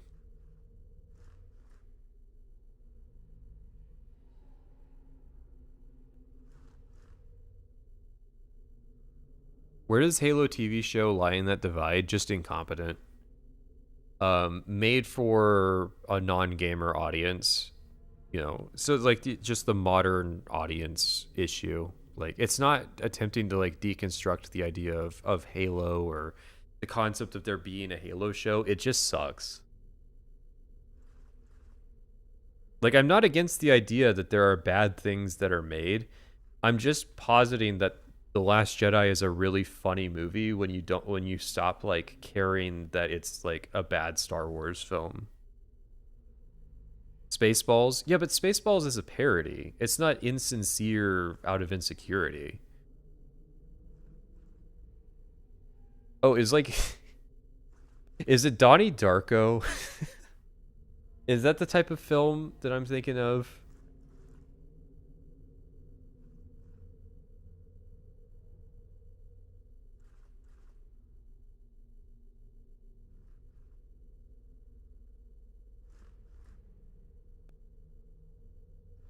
What about Starship Troopers? You mean like the film from the 70s? Because that's not millennial. That film was made before millennials were born.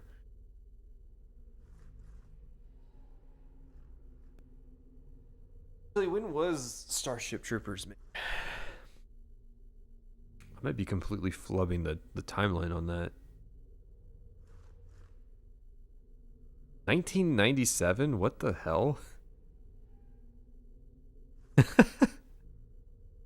I mean, I guess it makes sense if you look at the effects that are in the film. That wouldn't have been possible in like the 70s. And like the costume design and such. Man. Well, anyways, that's not an insincere film though. So like it still doesn't qualify.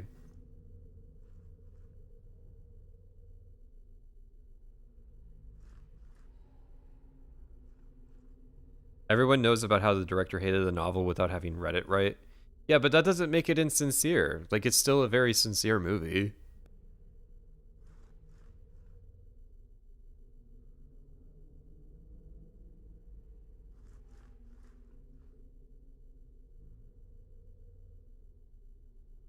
You were 20 years off, LOL. In fairness, it was made before I was cognizant, so it's like that whole era blends together. What's the difference between 1977 and 1997, you know? I don't think there's any. That's all just one time period, right? You guys were like they were still using vinyl players in like 1997. They were like yeah, cars were really boxy and only got like 12 miles to the gallon.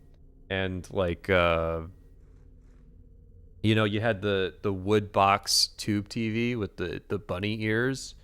And that was the only, and there were only 2 channels. And guys, the Xbox is a retro console. I don't know if you know this. This shit's 25 years old. And Green Day is classic rock. I know that I am dealing psychic damage to private sessions right now because I wounded him when I said, yeah, my retro console stream, the Xbox.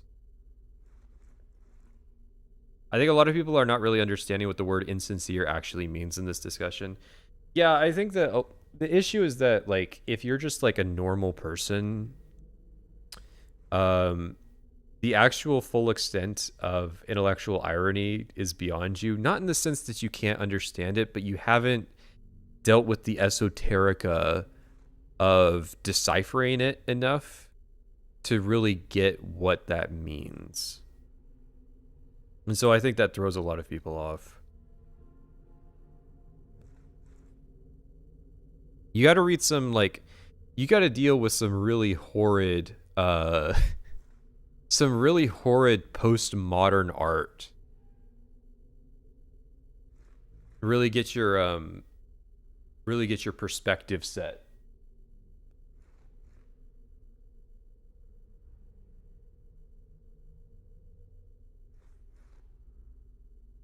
Things that are retro are dated, like cassette tapes. I don't know if you know this, but like MP3s are dated.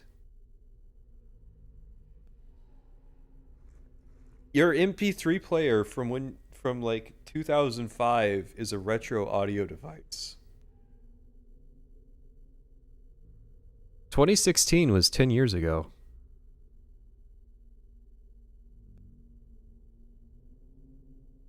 What do you think of Yik?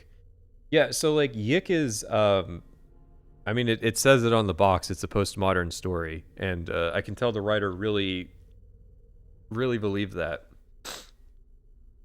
Because the core conceit of Yeek is that it's like it's a deconstruction of a extremely flawed character in order to evaluate the emotionality and avoid the classicist box labeling of modernism. So it's being postmodern in that sense. And it's like, I don't know. If you want an actual like good demonstration of like postmodern themes, you should watch Evangelion, because it didn't hit Japan for another 30 years, but as opposed to Yeek, where it just kind of fumbles all of its core ideas.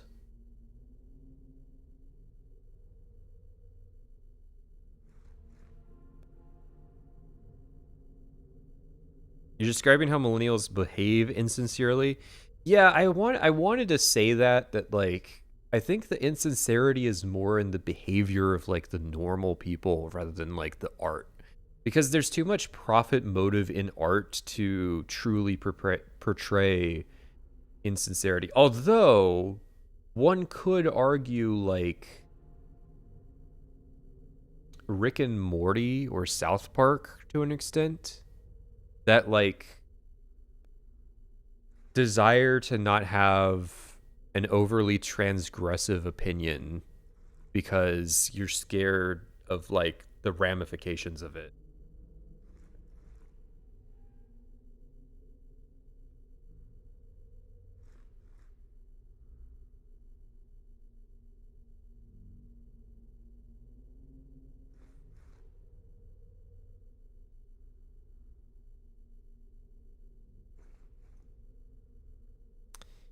All right, well, I think we hit the high points.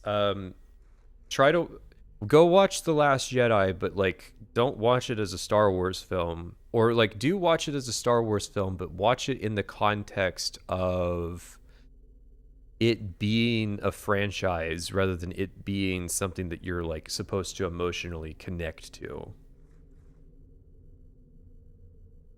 And then like see if I'm not right about how the sabotage of the humor of the film prevents a connection to the story so that it can focus you towards the thesis statement of it. Because like you got to think about like that movie is full of scenes that are obligatory to get it past Kathleen Kennedy. If The Rise of Skywalker was 5 minutes and it was just Ryan Johnson went on a screen and said, grow the fuck up, you know, that's not going to make it past Kathleen Kennedy. So it's got all of the elements to get it past the Disney censors, but still push forward that subversive message in a way that like he's clearly just like making fun of the people for even approving it in the first place. But yeah, I got to stop the stream before people get too mad at me. Guys, Anita Sarkeesian